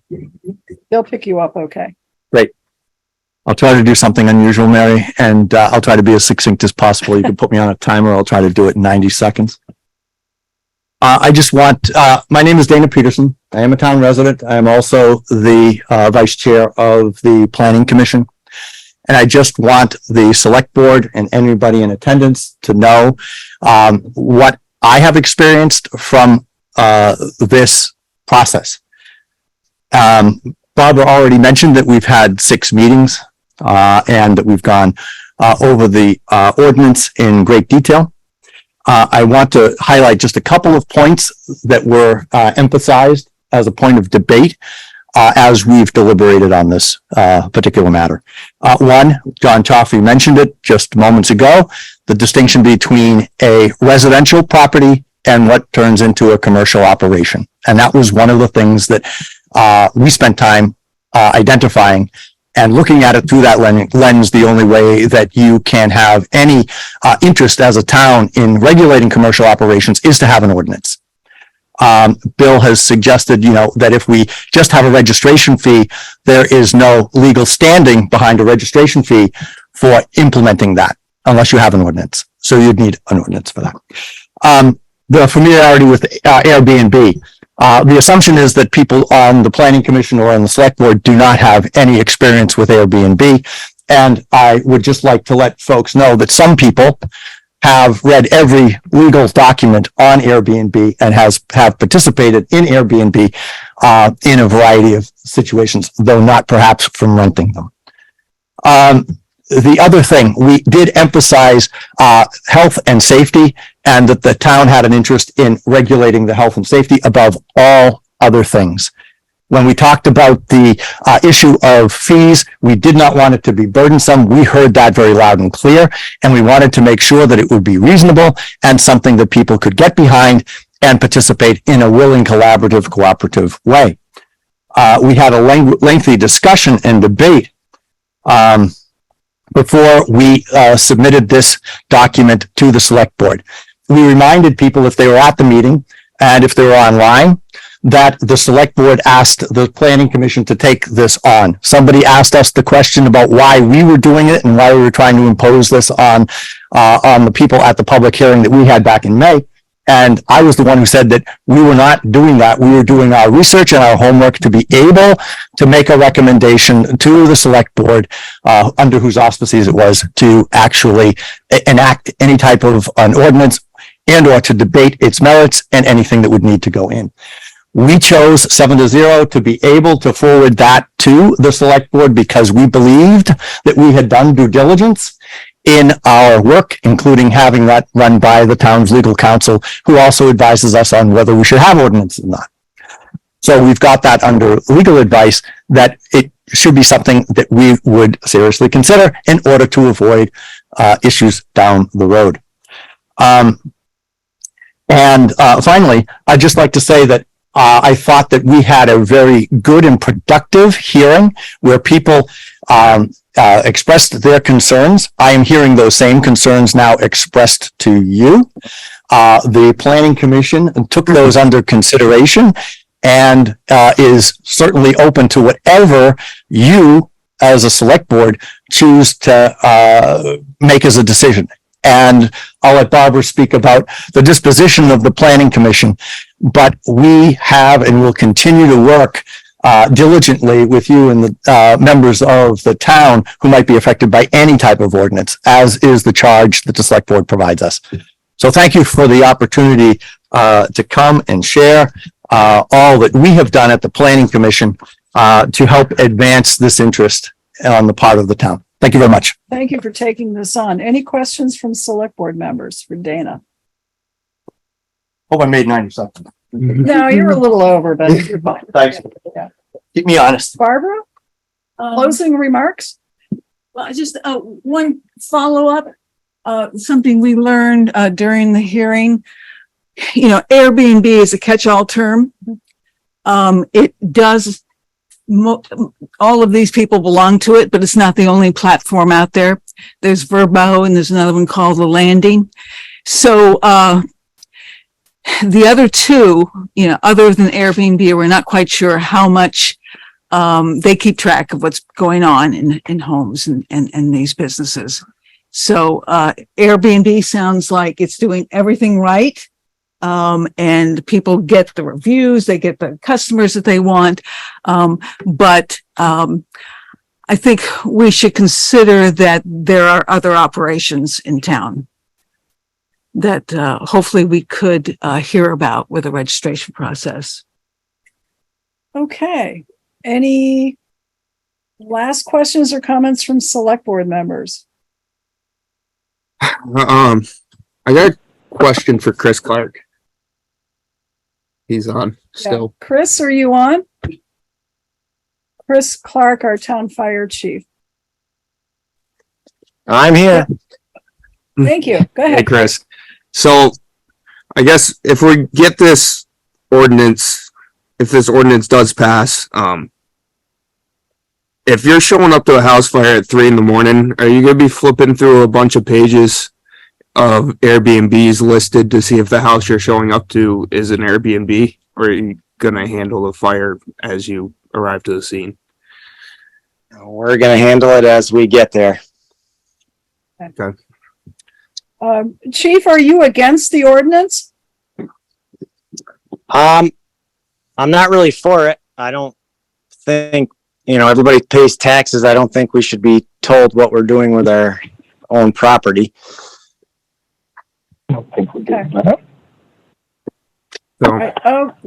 Mac Eddy has a question. So, Chief, just wearing your chief hat, which I'm sure is the nice one. That's white. Could you just comment, advantages and disadvantages, or whether there's duplication and what this ordinance would require versus, what folks would just generally be required to do anyways? I don't know, whatever the state requires them to do, I guess they would have to do, but as far as the fire department, I can't tell you to put a sign on your house that says this is an Airbnb or a hotel or anything like that. I guess whatever the state law is. So you don't know what the state might require as far as fire safety? I do not for an Airbnb. I don't. So Bill may want to comment, it looks like. So I actually had the opportunity to go with the Division of Fire Safety yesterday and do an inspection in a house in the town. And it was eye-opening to see like what the property said, well, this is what I want to use. And they're saying like, Kurt, to your point, we're absolutely going to operate the house on fire 100%. They looked at like, does this bedroom window meet the requirements for egress? And in some cases they did not. So saying absolutely right, giving the people in the house an opportunity to be able to get out themselves is the important part. So that's what the state does. And looking at it, they check for GFI outlets and making sure that they're around, all these things. It was a very interesting inspection and looking at making sure where the smoke detectors in the right locations. And I asked the person I was with, I said, we have about a third to half of the ones in town are listed greater than 8 occupancy. And I said, how many have been inspected? He said, none, as far as he knows. And there's only a couple of them that do it. So right now, there's no obligation that we have to make sure that happens. So right now, that inspection only happens entirely on a voluntary basis. There's no requirement that folks do this. Was that an Airbnb or just a rental or? It hasn't been listed yet. It's a private property. Okay. But it's owned, it's exclusively owned by out-of-state interests. Okay. So it's what someone would do if they were selling property in the city, they would go and have a clean CO issued by the building inspector. Okay. We don't have that in the town. So right. the inspection was done because they do want to list it as a short-term rental. Okay. Okay. Good to know. All right. We have other business we must get to. I think we've heard from everyone who wishes to speak, and I'm very, very grateful to all of you for coming in. We appreciate your input. Keep those cards and letters coming. Emails now, I guess, and phone calls. So. Thank you, folks. Have a good rest of the evening. Yeah. Can we have a 5-minute break, Mary? I think that's a good idea. I do too. You'll go to timeout, you.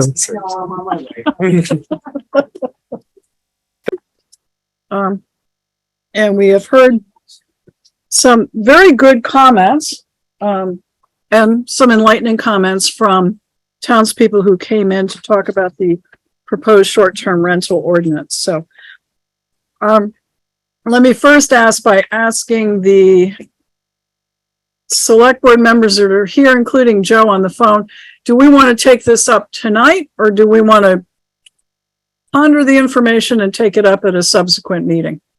Ponder. Ponder? Ponder. To ponder. Ponder. Ponder. We're Yeah. pondering. The commission said that a lot too. Yeah. Okay, so we're not going to take, that answers Barbara's question. We're not going to take it up tonight. We will think on what we heard. And there were some suggestions of other resources we could look at, so we have that opportunity. So thank you, Barbara, very much. Appreciate it. Okay. Okay. And next is Bill Sweet, Town Administrative Assistant to the, oh yeah, we should do Marty's thing. There you go, Marty. Go ahead. So on your desk is the local emergency management plan. This is something that we adopt each year. Yes. And we put in the names of the people who will act in various roles in the event of an emergency. Yeah, you can sit, okay. Sit. So, are there changes? What should we do with this? And who makes us do this? Well, the changes have been made. Okay. For example, Matt's on. Past member of the select board is off. The chair has been changed, and all those kinds of things. The I'm drawing a blank, Public Works are Dave Sears. Dave Sears, yeah. Has been put in. So all these changes have been made. I gave it to Bill, to also look it over, and he found a couple little errors that he corrected. And I basically just need to get this signed to give to the state. Right now, there's two places for signatures. One is, Yeah, they added stuff this year. yeah. Great. One is for the select board chair and the other is for a select board member who certifies that the LEMP meets the Vermont National Incident Management System Right, and that was the requirements. same as last year. That was the same That as last year. signature sheet is the same. And that's because Kurt has a special He's had that certification. certification, having been in the fire department with us, and now, well, he's in Clarendon, but I mean, he's had that as being a fireman. Okay, He's still a fireman. Correct. yeah, that's what he said. So there's two places for signature. What's your pleasure? Is there a motion?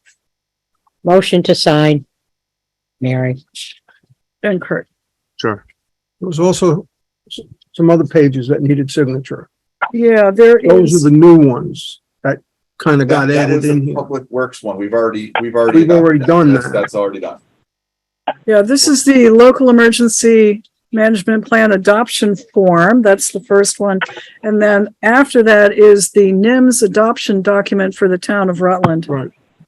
So you need to sign twice. Kurt needs to sign one. Yeah, it's saying that. Okay, NIMS is the standard for the town of Rutland standard for incident management.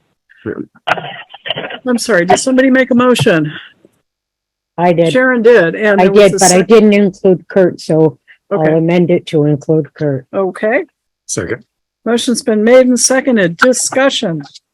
I'll just need the signed copy. So if you sign that and have Kurt sign. We gotta that, vote that. first. Yeah. Could be a yeah, big debate about it too. What? Could Huge. be a debate. Yeah, huge. Okay, let's Any debate it. comments or questions or discussion? If not, all in favor of the motion, please say aye. All right. Aye. Okay, anyone opposed? Motion carries, and I am signing for the select board. And passing it to Kurt. You got a pen. Okay, I am leaving. I'll be out of town, so I'll submit that to the state when I get back next week. okay, good. Thanks Where for you going? getting this I have to go to together. Jersey tomorrow. My daughter-in-law's brother got up to go to the bathroom and dropped dead. Oh dear. Then we're planning on going to my sister's because we're taking my mother's caregiver, the lady who spent years with my mother. It's her birthday, so we're taking her out. Oh, Nice. So a little bad stuff and a little good stuff. yeah. So do you have that for me, Mary? It is right here. Do I give it to Bill to make sure he makes a copy before you take it? That's what I'm gonna do, and then get it for him before I turn it in. Okay, well, So we'll have signed copies. thanks. All right. We will. So I know you can put it on the floor and then they'll find a recycle bin. Okay. Yeah. So we're done. I'm done. Thank you very much. Thanks, Marty. Thanks, Marty. Oh, I'm sorry. I do have something else. Okay. But I didn't have the details with me. Let me see what I can muster up. There's a state emergency management in September seminar. It's a weekend.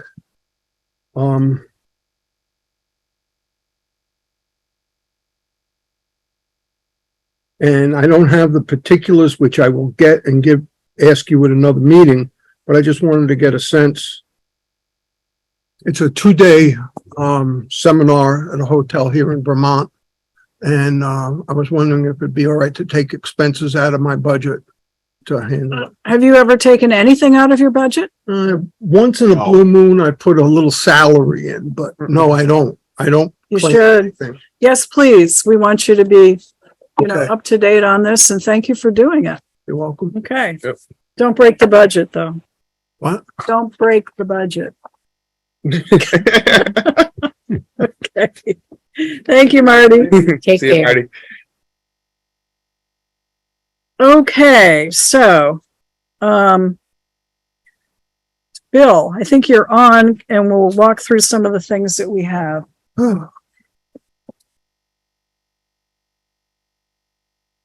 Good evening. Good evening. Thank you for coming. All right, so we've gone through almost the entire packet. The only thing left is the item for the town-owned land. Yeah, all right. So you will recall that we have 29 acres of property off Route 7 North. And we solicited bids and we received 2. And those are in your packet. One bid received was from, looks like Pennybrook LLC. Pennybrook@gmail.com. Tennybrook Farm, care of John Ruggiero, and the offer was $12,500. And the other was from Mark Foley of PNR Properties, and the bid was $55,555.55. Now, I believe as we listed this, we said we could accept and we could reject any or all offers. So what's your pleasure? Do you want to sell, and do you want to sell to a particular bidder? Yeah, I would make the motion that we sell to Mark Foley for the 55,000. Mhm. We can use the money. Mhm. He's a high bidder. Okay, motion's been made and With discussion to follow at a later date on what to do with the funds.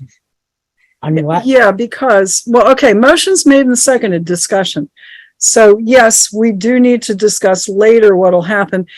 And if recollection serves me, we also have to advertise that we are selling it to Mark for this price, because it's a 2-step process. So Okay. I don't think we need to include that. That's part of statute. So we can't, unless it's to say we're accepting it subject to any, I don't know what would happen. So, okay, motion's made and seconded with the understanding we do have to post this, advertise it as our intent. All in favor of the motion, please say aye. Aye. Aye. All right. Anyone opposed? I'll vote aye too. So good. Thank you. And I'll speak to Kevin about, we have to You'll add it to do your list. what we, add it to my list. Yeah, there's some steps on how to do all that. Yes, there is indeed. Okay, next. Okay. As Dave said, we got the new gateway signs picked up, put up. Dave and I were able to coordinate with Mark Alderman, who graciously allowed us to put it down there. So That was great. it was, I haven't gone down to see it yet, but I've heard they look really, really good. So, I picked them up. I saw when I picked them up, they look beautiful. So, so that's done. We received our reimbursement check from VLCT for our sewer inspection camera. Oh, good. So we have been made whole on that. Good. So that's all set and back in his budget. The phone system for town hall is being changed a week from tomorrow. That is our planned date. There will be a few internal changes. Not much is going to change on the outside. But down the road, this is going to make multiple buildings much easier to manage with phones. It's actually going to be kind of neat.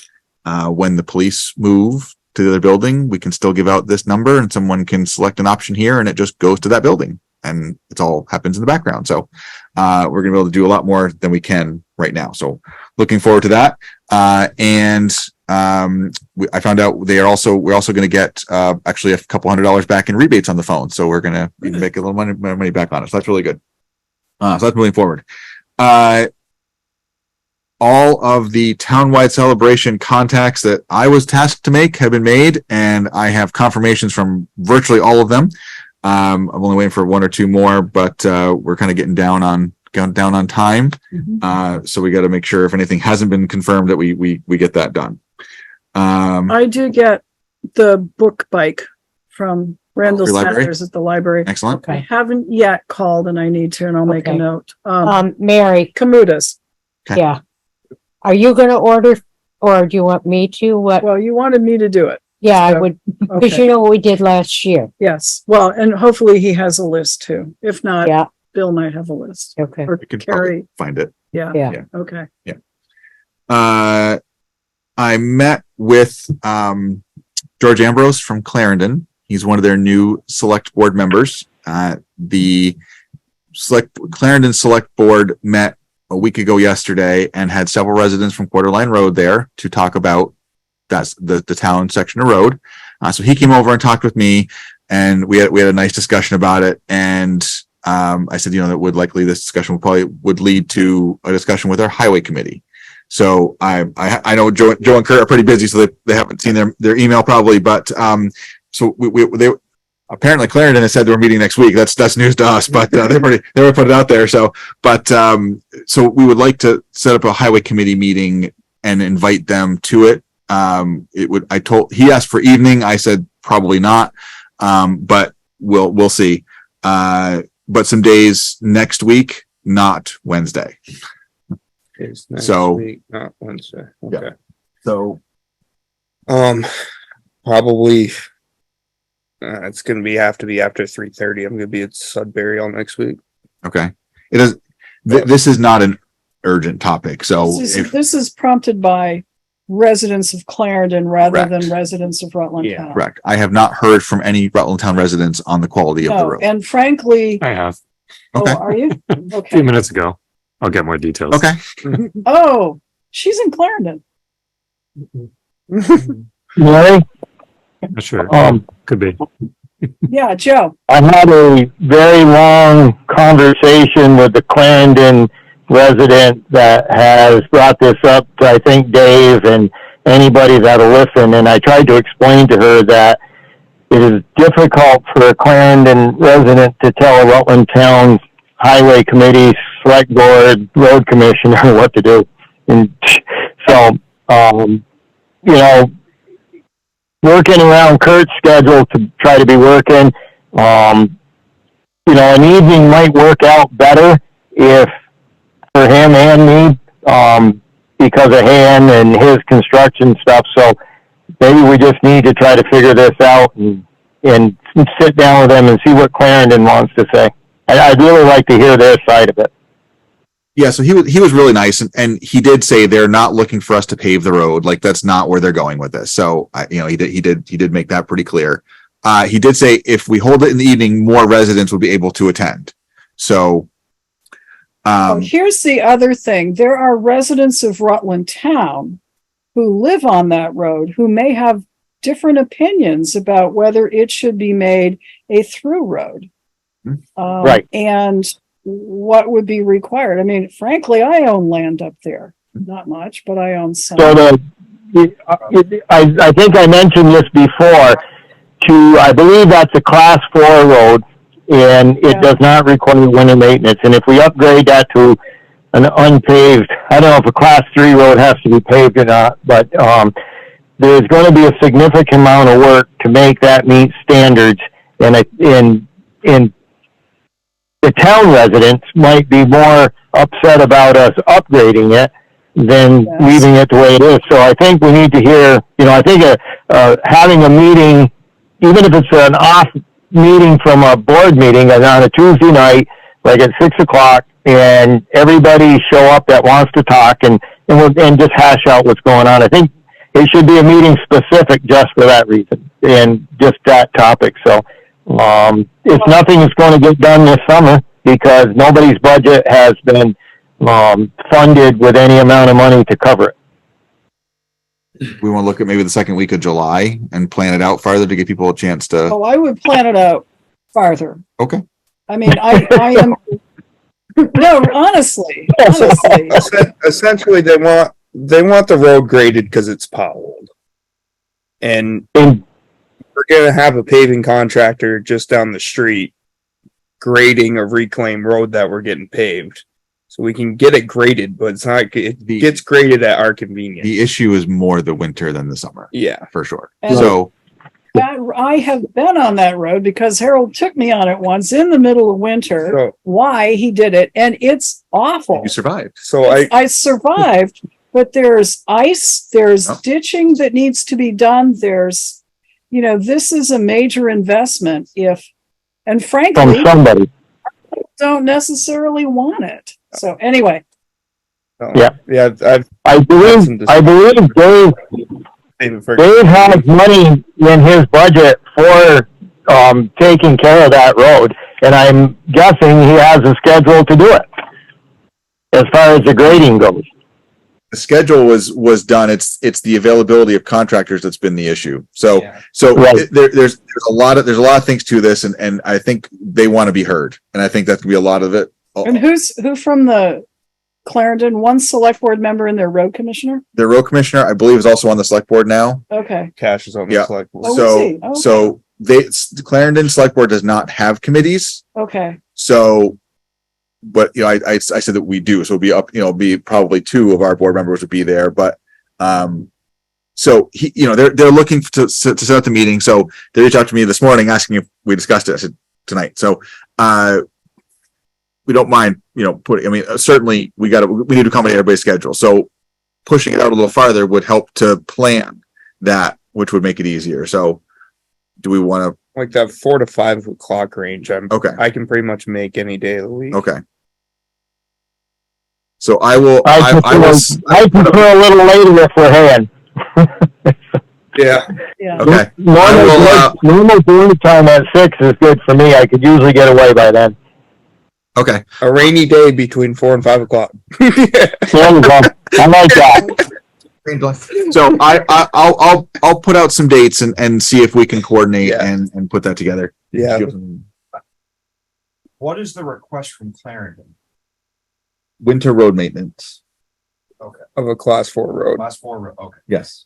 We do have a winter of class 4 road winter maintenance policy adopted. Yes. Right. That says we'll pretty much get there when we get there. Right. And Class 4 road. That's not good enough.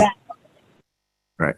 And when I have some driveways up there, and in the past, I'm not sure this past winter, but when I've witnessed a Clarendon truck pick up the snowplow at the town line, drive down to the asphalt, turn around, drive back, put the snowplow back down, like, I don't feel. You gotta be kidding me. Yeah. Yeah, I've seen it in the past. When they asked me how many dirt roads we have, I said, this is our other one. So, we don't, and they know that. So they have half of their roads are dirt roads, and this is one of our 2. So maybe the simple part of this is if the town, and we'll discuss this at the meeting, and I'll just throw this out, but if the town of Clarendon wants to plow that dirt section during the winter and take care of it, because I think the rest of the road is dirt, and they would have sand on and not salt, because the town doesn't put up any sand to speak of, very little. So if they want to do the winter maintenance on it, take care of it, that might solve everybody's problem. Well, except we need to check with the League of Cities and Towns about one municipality plowing another municipality's road. Well, I think it happens on the Mendon, Mary. Doesn't Mendon plow part of Town Line Road for us or whatever? We're already in this. Well, we may be, Joe, but we do need to, before we come up with a solution, we need to make sure that our people perceive that there's a problem and not just the town of Clarendon people. I will reach out to the league and see if I can get some information on that. good. And we'll go. So that might take a little time to get back from them. So we'll schedule after we hear that back. So okay. We're on vacation too. Yep. Okay. All right. So Clarendon, you got your. I had only printed the small construction schedules in your packet, but they were pretty much an eye chart, so I got them as big as we have the ability to print them here, which is what's on your desk. So those are bigger ones. And also on your desks is information we got from VHB on the service road. They're all the scope of work for them. So Joe, you have all that in that envelope, Joe, if you picked it up. Yep. Just one point on that service road and the monies. I do believe in the 22-23 budget, that has just come to an end for highway, there is 30,000 in there that we set aside for that.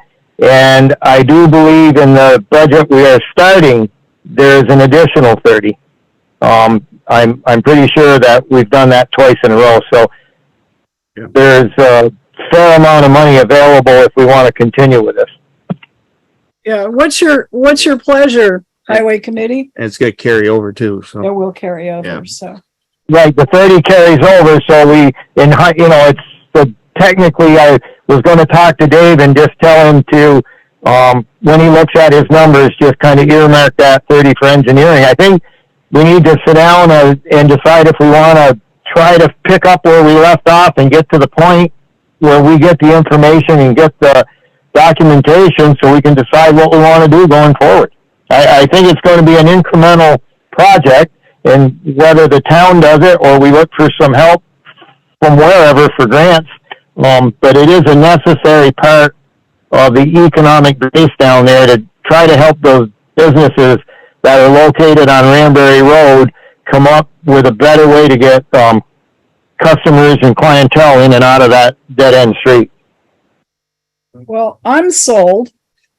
So do you want to sit on this, or do you want to make a motion tonight? I think that I need to, I missed the last meeting when I think you initially talked to VHB about it, and I need a little bit of follow-up to know where we are. Oh, okay. Well, first of all, he said we did it. He filled us in and on where we had left off on various things. And that's what his scope of work is. And he's sort of outlined, where he stopped, what was pretty much complete, and what the stuff to finish was. I did ask him if he would, given that we kind of pulled the plug rather abruptly, whether his firm would still be willing to work with the town of Rutland. And he said, yes, very much. And that this actually happens more frequently than we would realize. So I guess other towns have done this. Right. The price has gone up from the 30, but he warned us that it would. The price has gone up from the 30,000 that we had left under the contract to 41,915. He was guesstimating at our last meeting that it would be 40,000 anyway, so he's a little above that. So I'm not, it's in the range. I'm frankly relieved that it isn't a whole lot more to finish. So, Yeah. That's my quick run through of what I heard him say, and Kurt and Matt can weigh in on. Yeah. Yeah, I'd move that we have VHB continue on with this project for the $41,908. I'll second that. Motion's been made and seconded. Discussion. We might as well not keep kicking this can. Oh, Get rolling, I and want to get this done. we need to get some blueprints that are shovel ready so we can go find some money and get this thing done. Sounds good to me. Yeah. Anything else in here that looks important to you, Kurt? Not to me. You're the attorney. This is well within our budget, so we can do it. I just dig holes.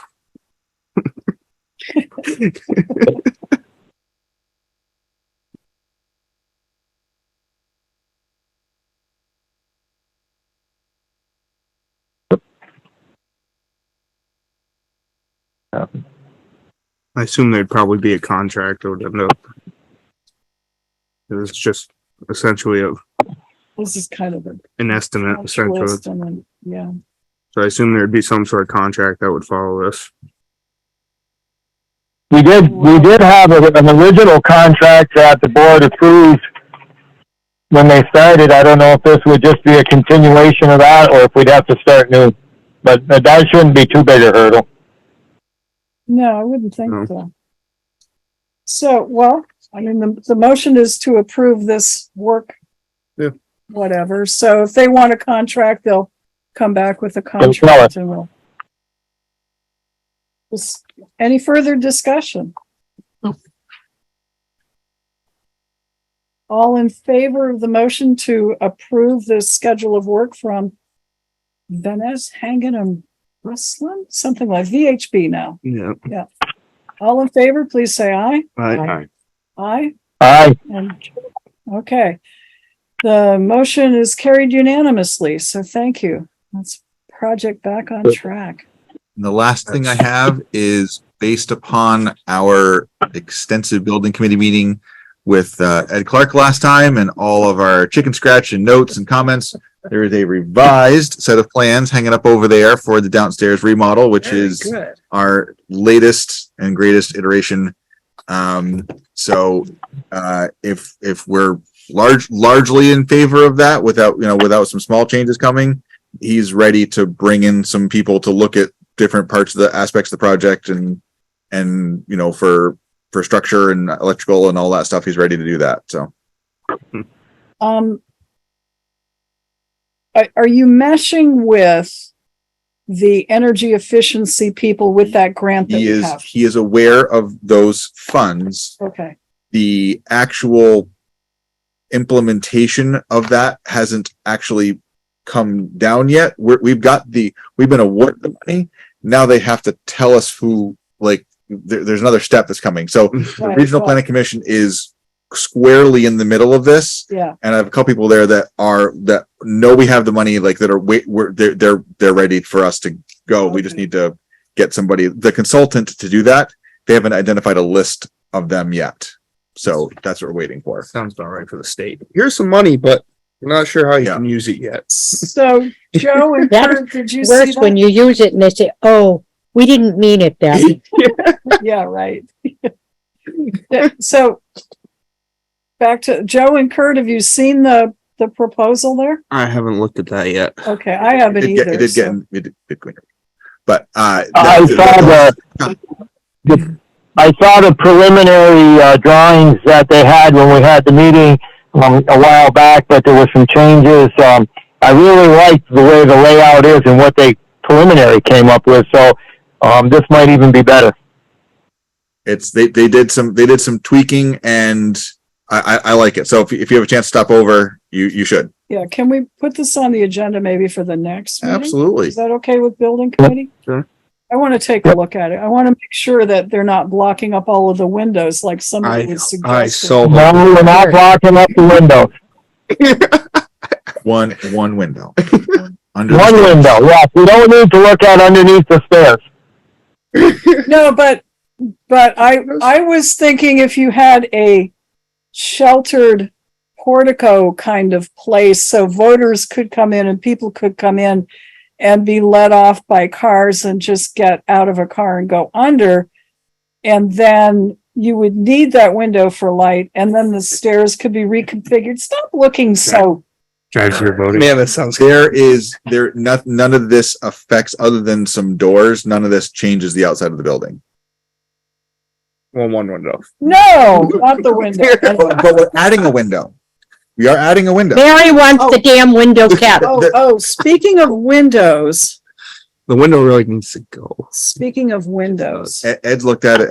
Ed's interested in it. So we've got two people that I know, three people. Joey was interested in that window downstairs that was ordered and we couldn't return it. And I think it was for the town clerk's office. It was. Don had offered $100.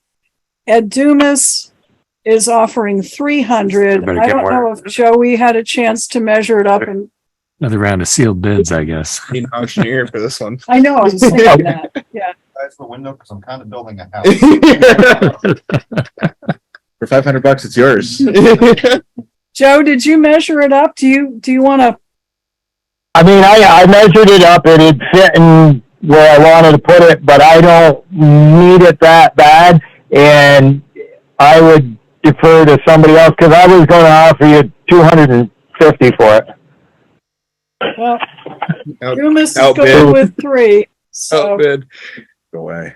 So if Ed wants it, then I think, everybody's had a chance to the three of us that are interested, and he's the high guy, I think we should let him have it. I'll make that a motion as the part of the building committee. Okay, motion's been made to sell the excess window downstairs for $300 to Ed Dumas. Is there a second? Second. Motion's made and seconded. Discussion. I don't want to know what we paid for it, so. No, you don't. And it was, You don't want to know that. Better not to even know. no. It came All from in building favor of the maintenance. motion, please say aye. Are we gonna put the money Aye. back in building maintenance? Aye. Aye. Motion Aye. carries. Aye. Aye.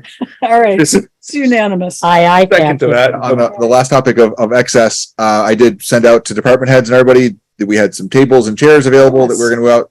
There's one table left, Wow. all the chairs. All of the chairs are left? Oh, yeah. Oh, crap. What chairs are we talking So, about? what's that? What kind of chairs are we talking about? like Folding those? Random. Random, miscolored, stained, upholstered.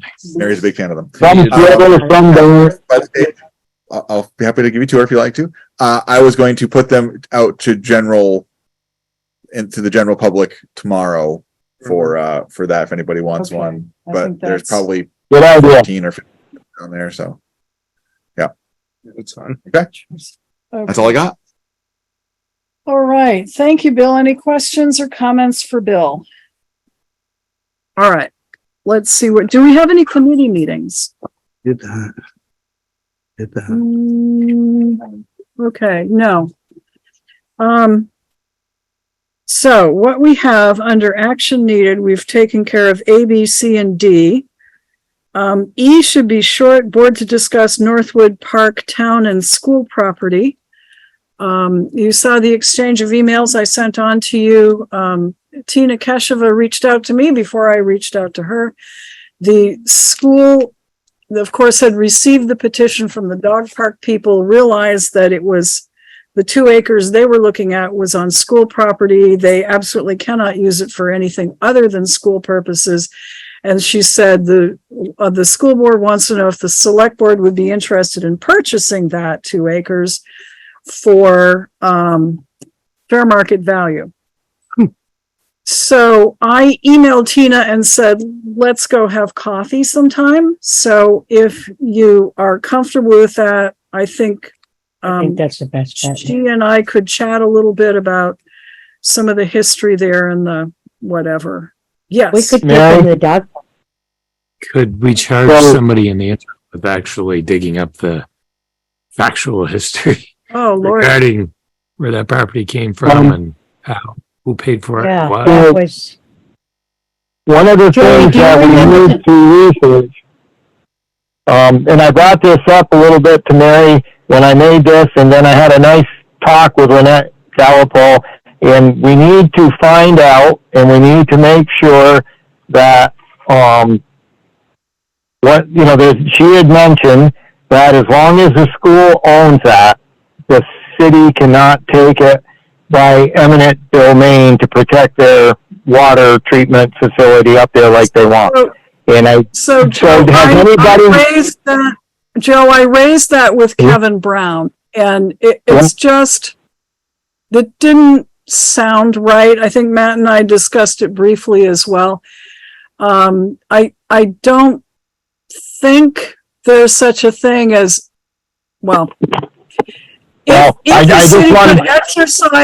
the city could exercise eminent domain, they could do it against either the town or the school board, but that's a big if.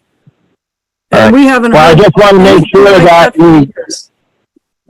I just wanted to make sure all the boards knew that, and that we make sure that if we end up with it, which I firmly believe we should have, I don't know if I want to pay fair market value for it, because the town has already paid for that once, and it would be the town paying for it again, and this kind of doesn't set well with me, but anyhow, I think we just need to make sure that maybe have either Kevin research it a little bit to make sure that we're okay, and if we end up with it, then we could move forward with that, because I think having just one of the town governing municipal bodies, either school or the municipal side owning it, would make that a little better up there as far as what we do and how it gets done.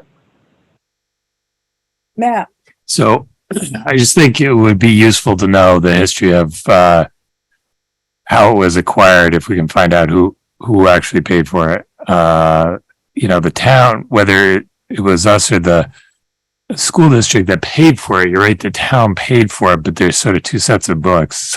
There are legal limitations on the ability of the municipality to transfer assets to the school district, and that's an asset of theirs that has some value. So personally, at this point, I would not be opposed to paying something for it, because you're not necessarily taxing the town folks again. You're just moving it from one set of books to you're swapping assets. Okay. In essence. And that made it, it's an asset of theirs. They need money as much as we do or more. So, it might make sense to pay them something for it. How much, is another question, and whether there should be offsets for other, services that we provided for that property, what have you, is yet another question.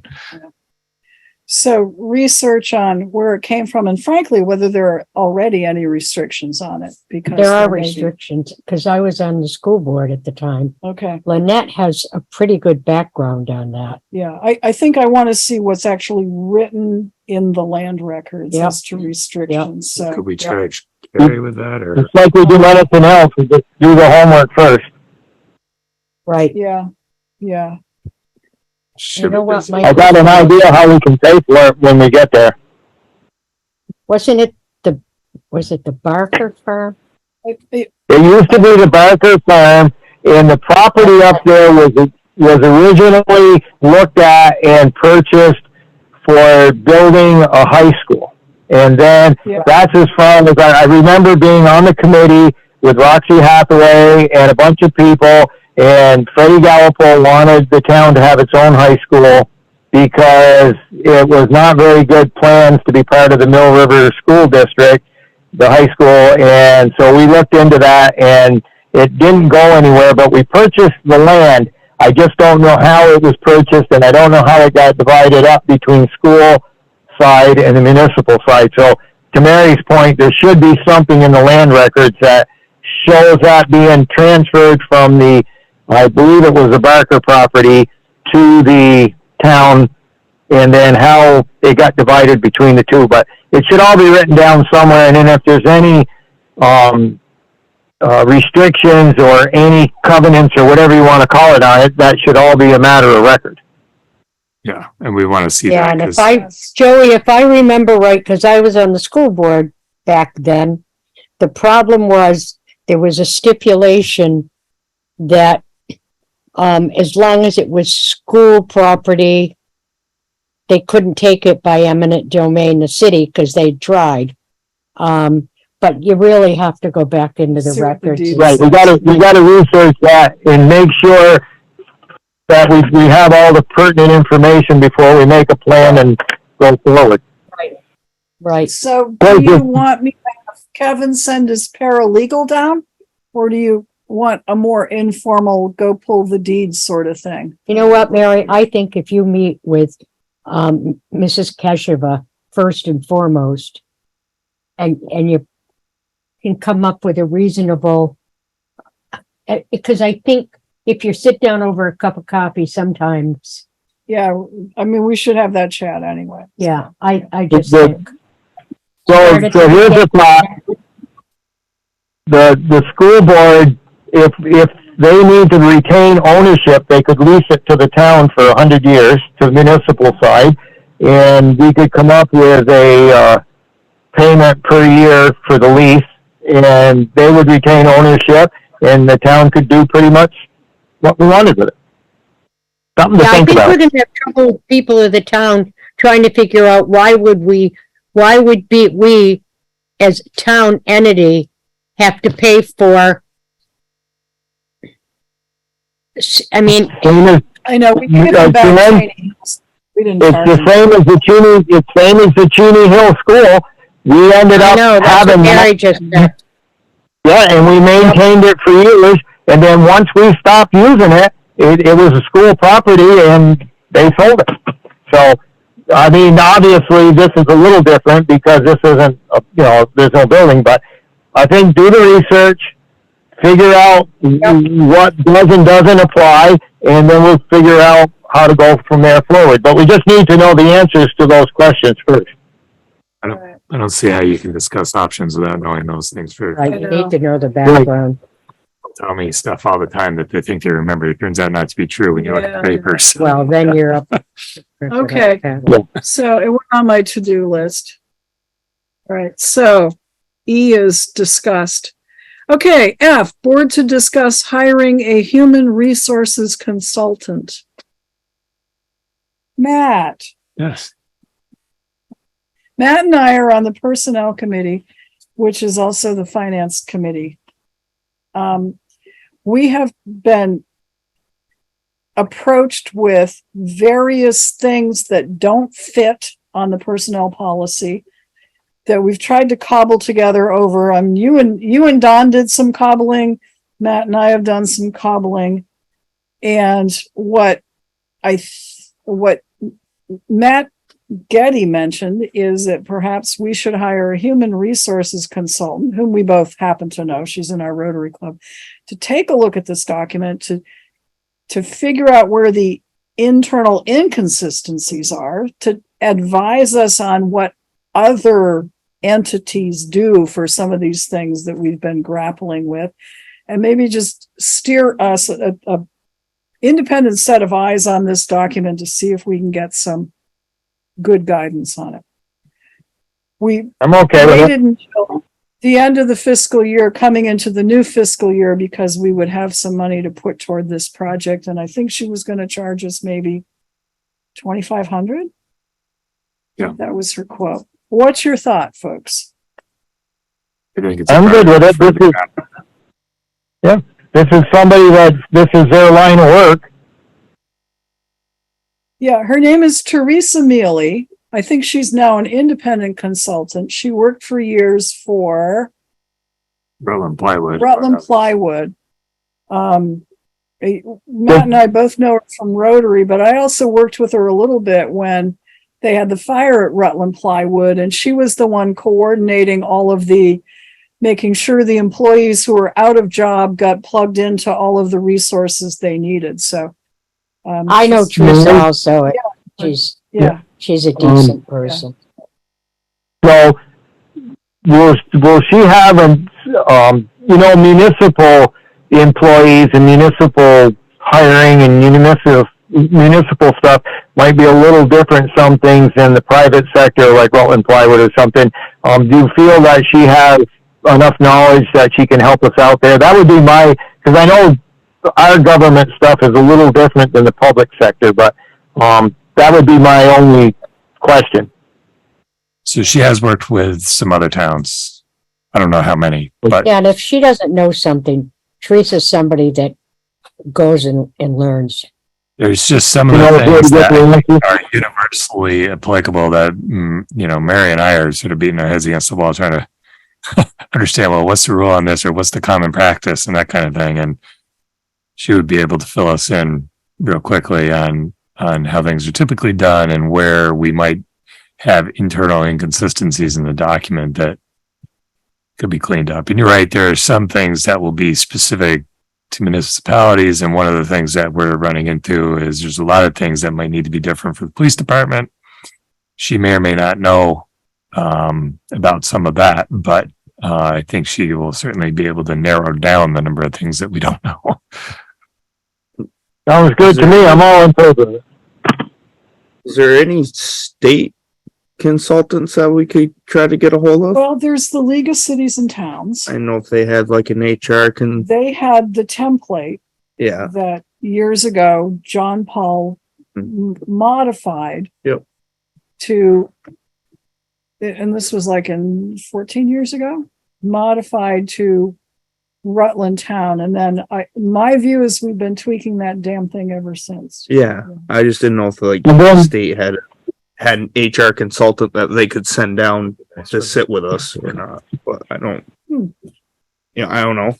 I don't either. If we might be able to get that service, for free or for, a cheaper price or whatnot. I know in the past, the league was it our personnel policy that they reviewed? Yes, So they reviewed it, Mary, and they made changes, and then we went through page by page and line by line, going over what they did, and I still don't think we got it right. Or at least, I'm not sure.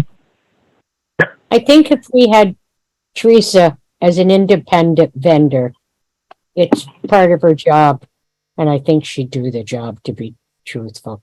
I mean, she'd do her research. I mean, that's what I know of her. Should we, let's see, was the motion made? Was there a motion made or no? No. Okay, should we get a proposed contract from her so that you folks can see what she's proposing to do? Yeah, I think that's a good Maybe idea. a resume with a couple of other towns she may have worked at? Okay, all right. Mary, if you want to stay consistent with the purchasing policy, this does not require going out to bid, but we would be required to get 2 or 3 proposals to do this review of our personnel policy. That might be the best way to go. That way we'll be fair and we won't have anybody coming back and saying, hey, I didn't get a chance. Okay. Yeah. So I like perhaps being we can consistent. Bill with seeing who else is out there who does HR work and seeing if they would be interested in reviewing our personnel policy and what they would charge. So, okay, yeah, we should be consistent with our purchasing policy, even though we haven't always been. So. Yeah, we're pretty good. Okay. We're not bad. We try. Okay, so maybe for next meeting. All right, so that takes care of F. G, we discussed briefly. I will say that there was this real disconnect about who was responsible for the public safety building contracts. And I had first turned to our clerk of the works, thinking that's the logical choice. JP was not comfortable doing it, so I turned it back to Kevin, and then Kevin reached out to Vic Shappy, and we also need to get Ed Clark in the mix. So I think it's back to Kevin and if Vic has an attorney, although I think he's just going to use the AIA contract. So, and Kevin was missing a couple of things, like there was a Schedule A that he wanted to make sure he had. So I'm just going to proceed along having Kevin get the contract. And yes, we've been working on it. And that's the message to everybody, including to Vic, because we brought him in here. So we're doing what we can. And I don't want to dump everything on Kevin and saying he's to blame for the delay, because he is not. We're trying to get it done. Okay. H, deliberative session on the vicious dog complaint. And that goes into, it's deliberative session, so we kick people out of the room and we discuss it. And we can only do it with people who were, I think you listened to the tape. Sharon listened to the tape. Kurt and I and Matt were present for the hearing. Joey, did you have a chance to listen to I did not. No, I did not. I don't mind, I'll listen, but I won't participate. Okay, fair enough. All right. Is there anything else we need to go over before we go into deliberative session? So we've done the minutes. We've done that. Okay. All right. If not, I'll entertain a motion to go into deliberative session on the dog bite or vicious dog complaint. So move. Second. Motion's made and second is, any discussion? No, you can't. All in favor, please say aye. Aye. Aye. Opposed? Right. Motion made by Matt to approve the draft findings, conclusions, and order on the hearing on the vicious dog complaint on Connor Drive. Second. Okay. Was that the motion you made, Matt? Exactly. Okay, all in favor, please say aye. Aye. Aye.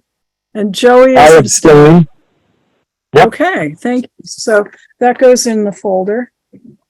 Whatever the ordinance says how we get this, I think we have to, I think it's service by certified mail or something. Yeah, thank you. All right, is there any other business to come before the town? I have one quick question, Mary. And I don't know if you guys discussed the next board meeting. Oh, yeah, we did. Okay, 5 and 6. because the next board meeting is July 4th, and I'm assuming we might not be meeting that night. Well, you got that right. And so what we're going to do is we're going to meet on Wednesday, July 5th at 6 o'clock, our usual time. Okay, We perfect. Thank you. we amended the minutes that said 5 o'clock, so we're going to meet at 6 o'clock. Okay. Okay. And who made the motion to adjourn? Sure, yeah. Kurt did. Adjourn. And Sharon seconded. Aye. Got it. All in favor Aye. of adjourning, please say Aye. aye. Aye.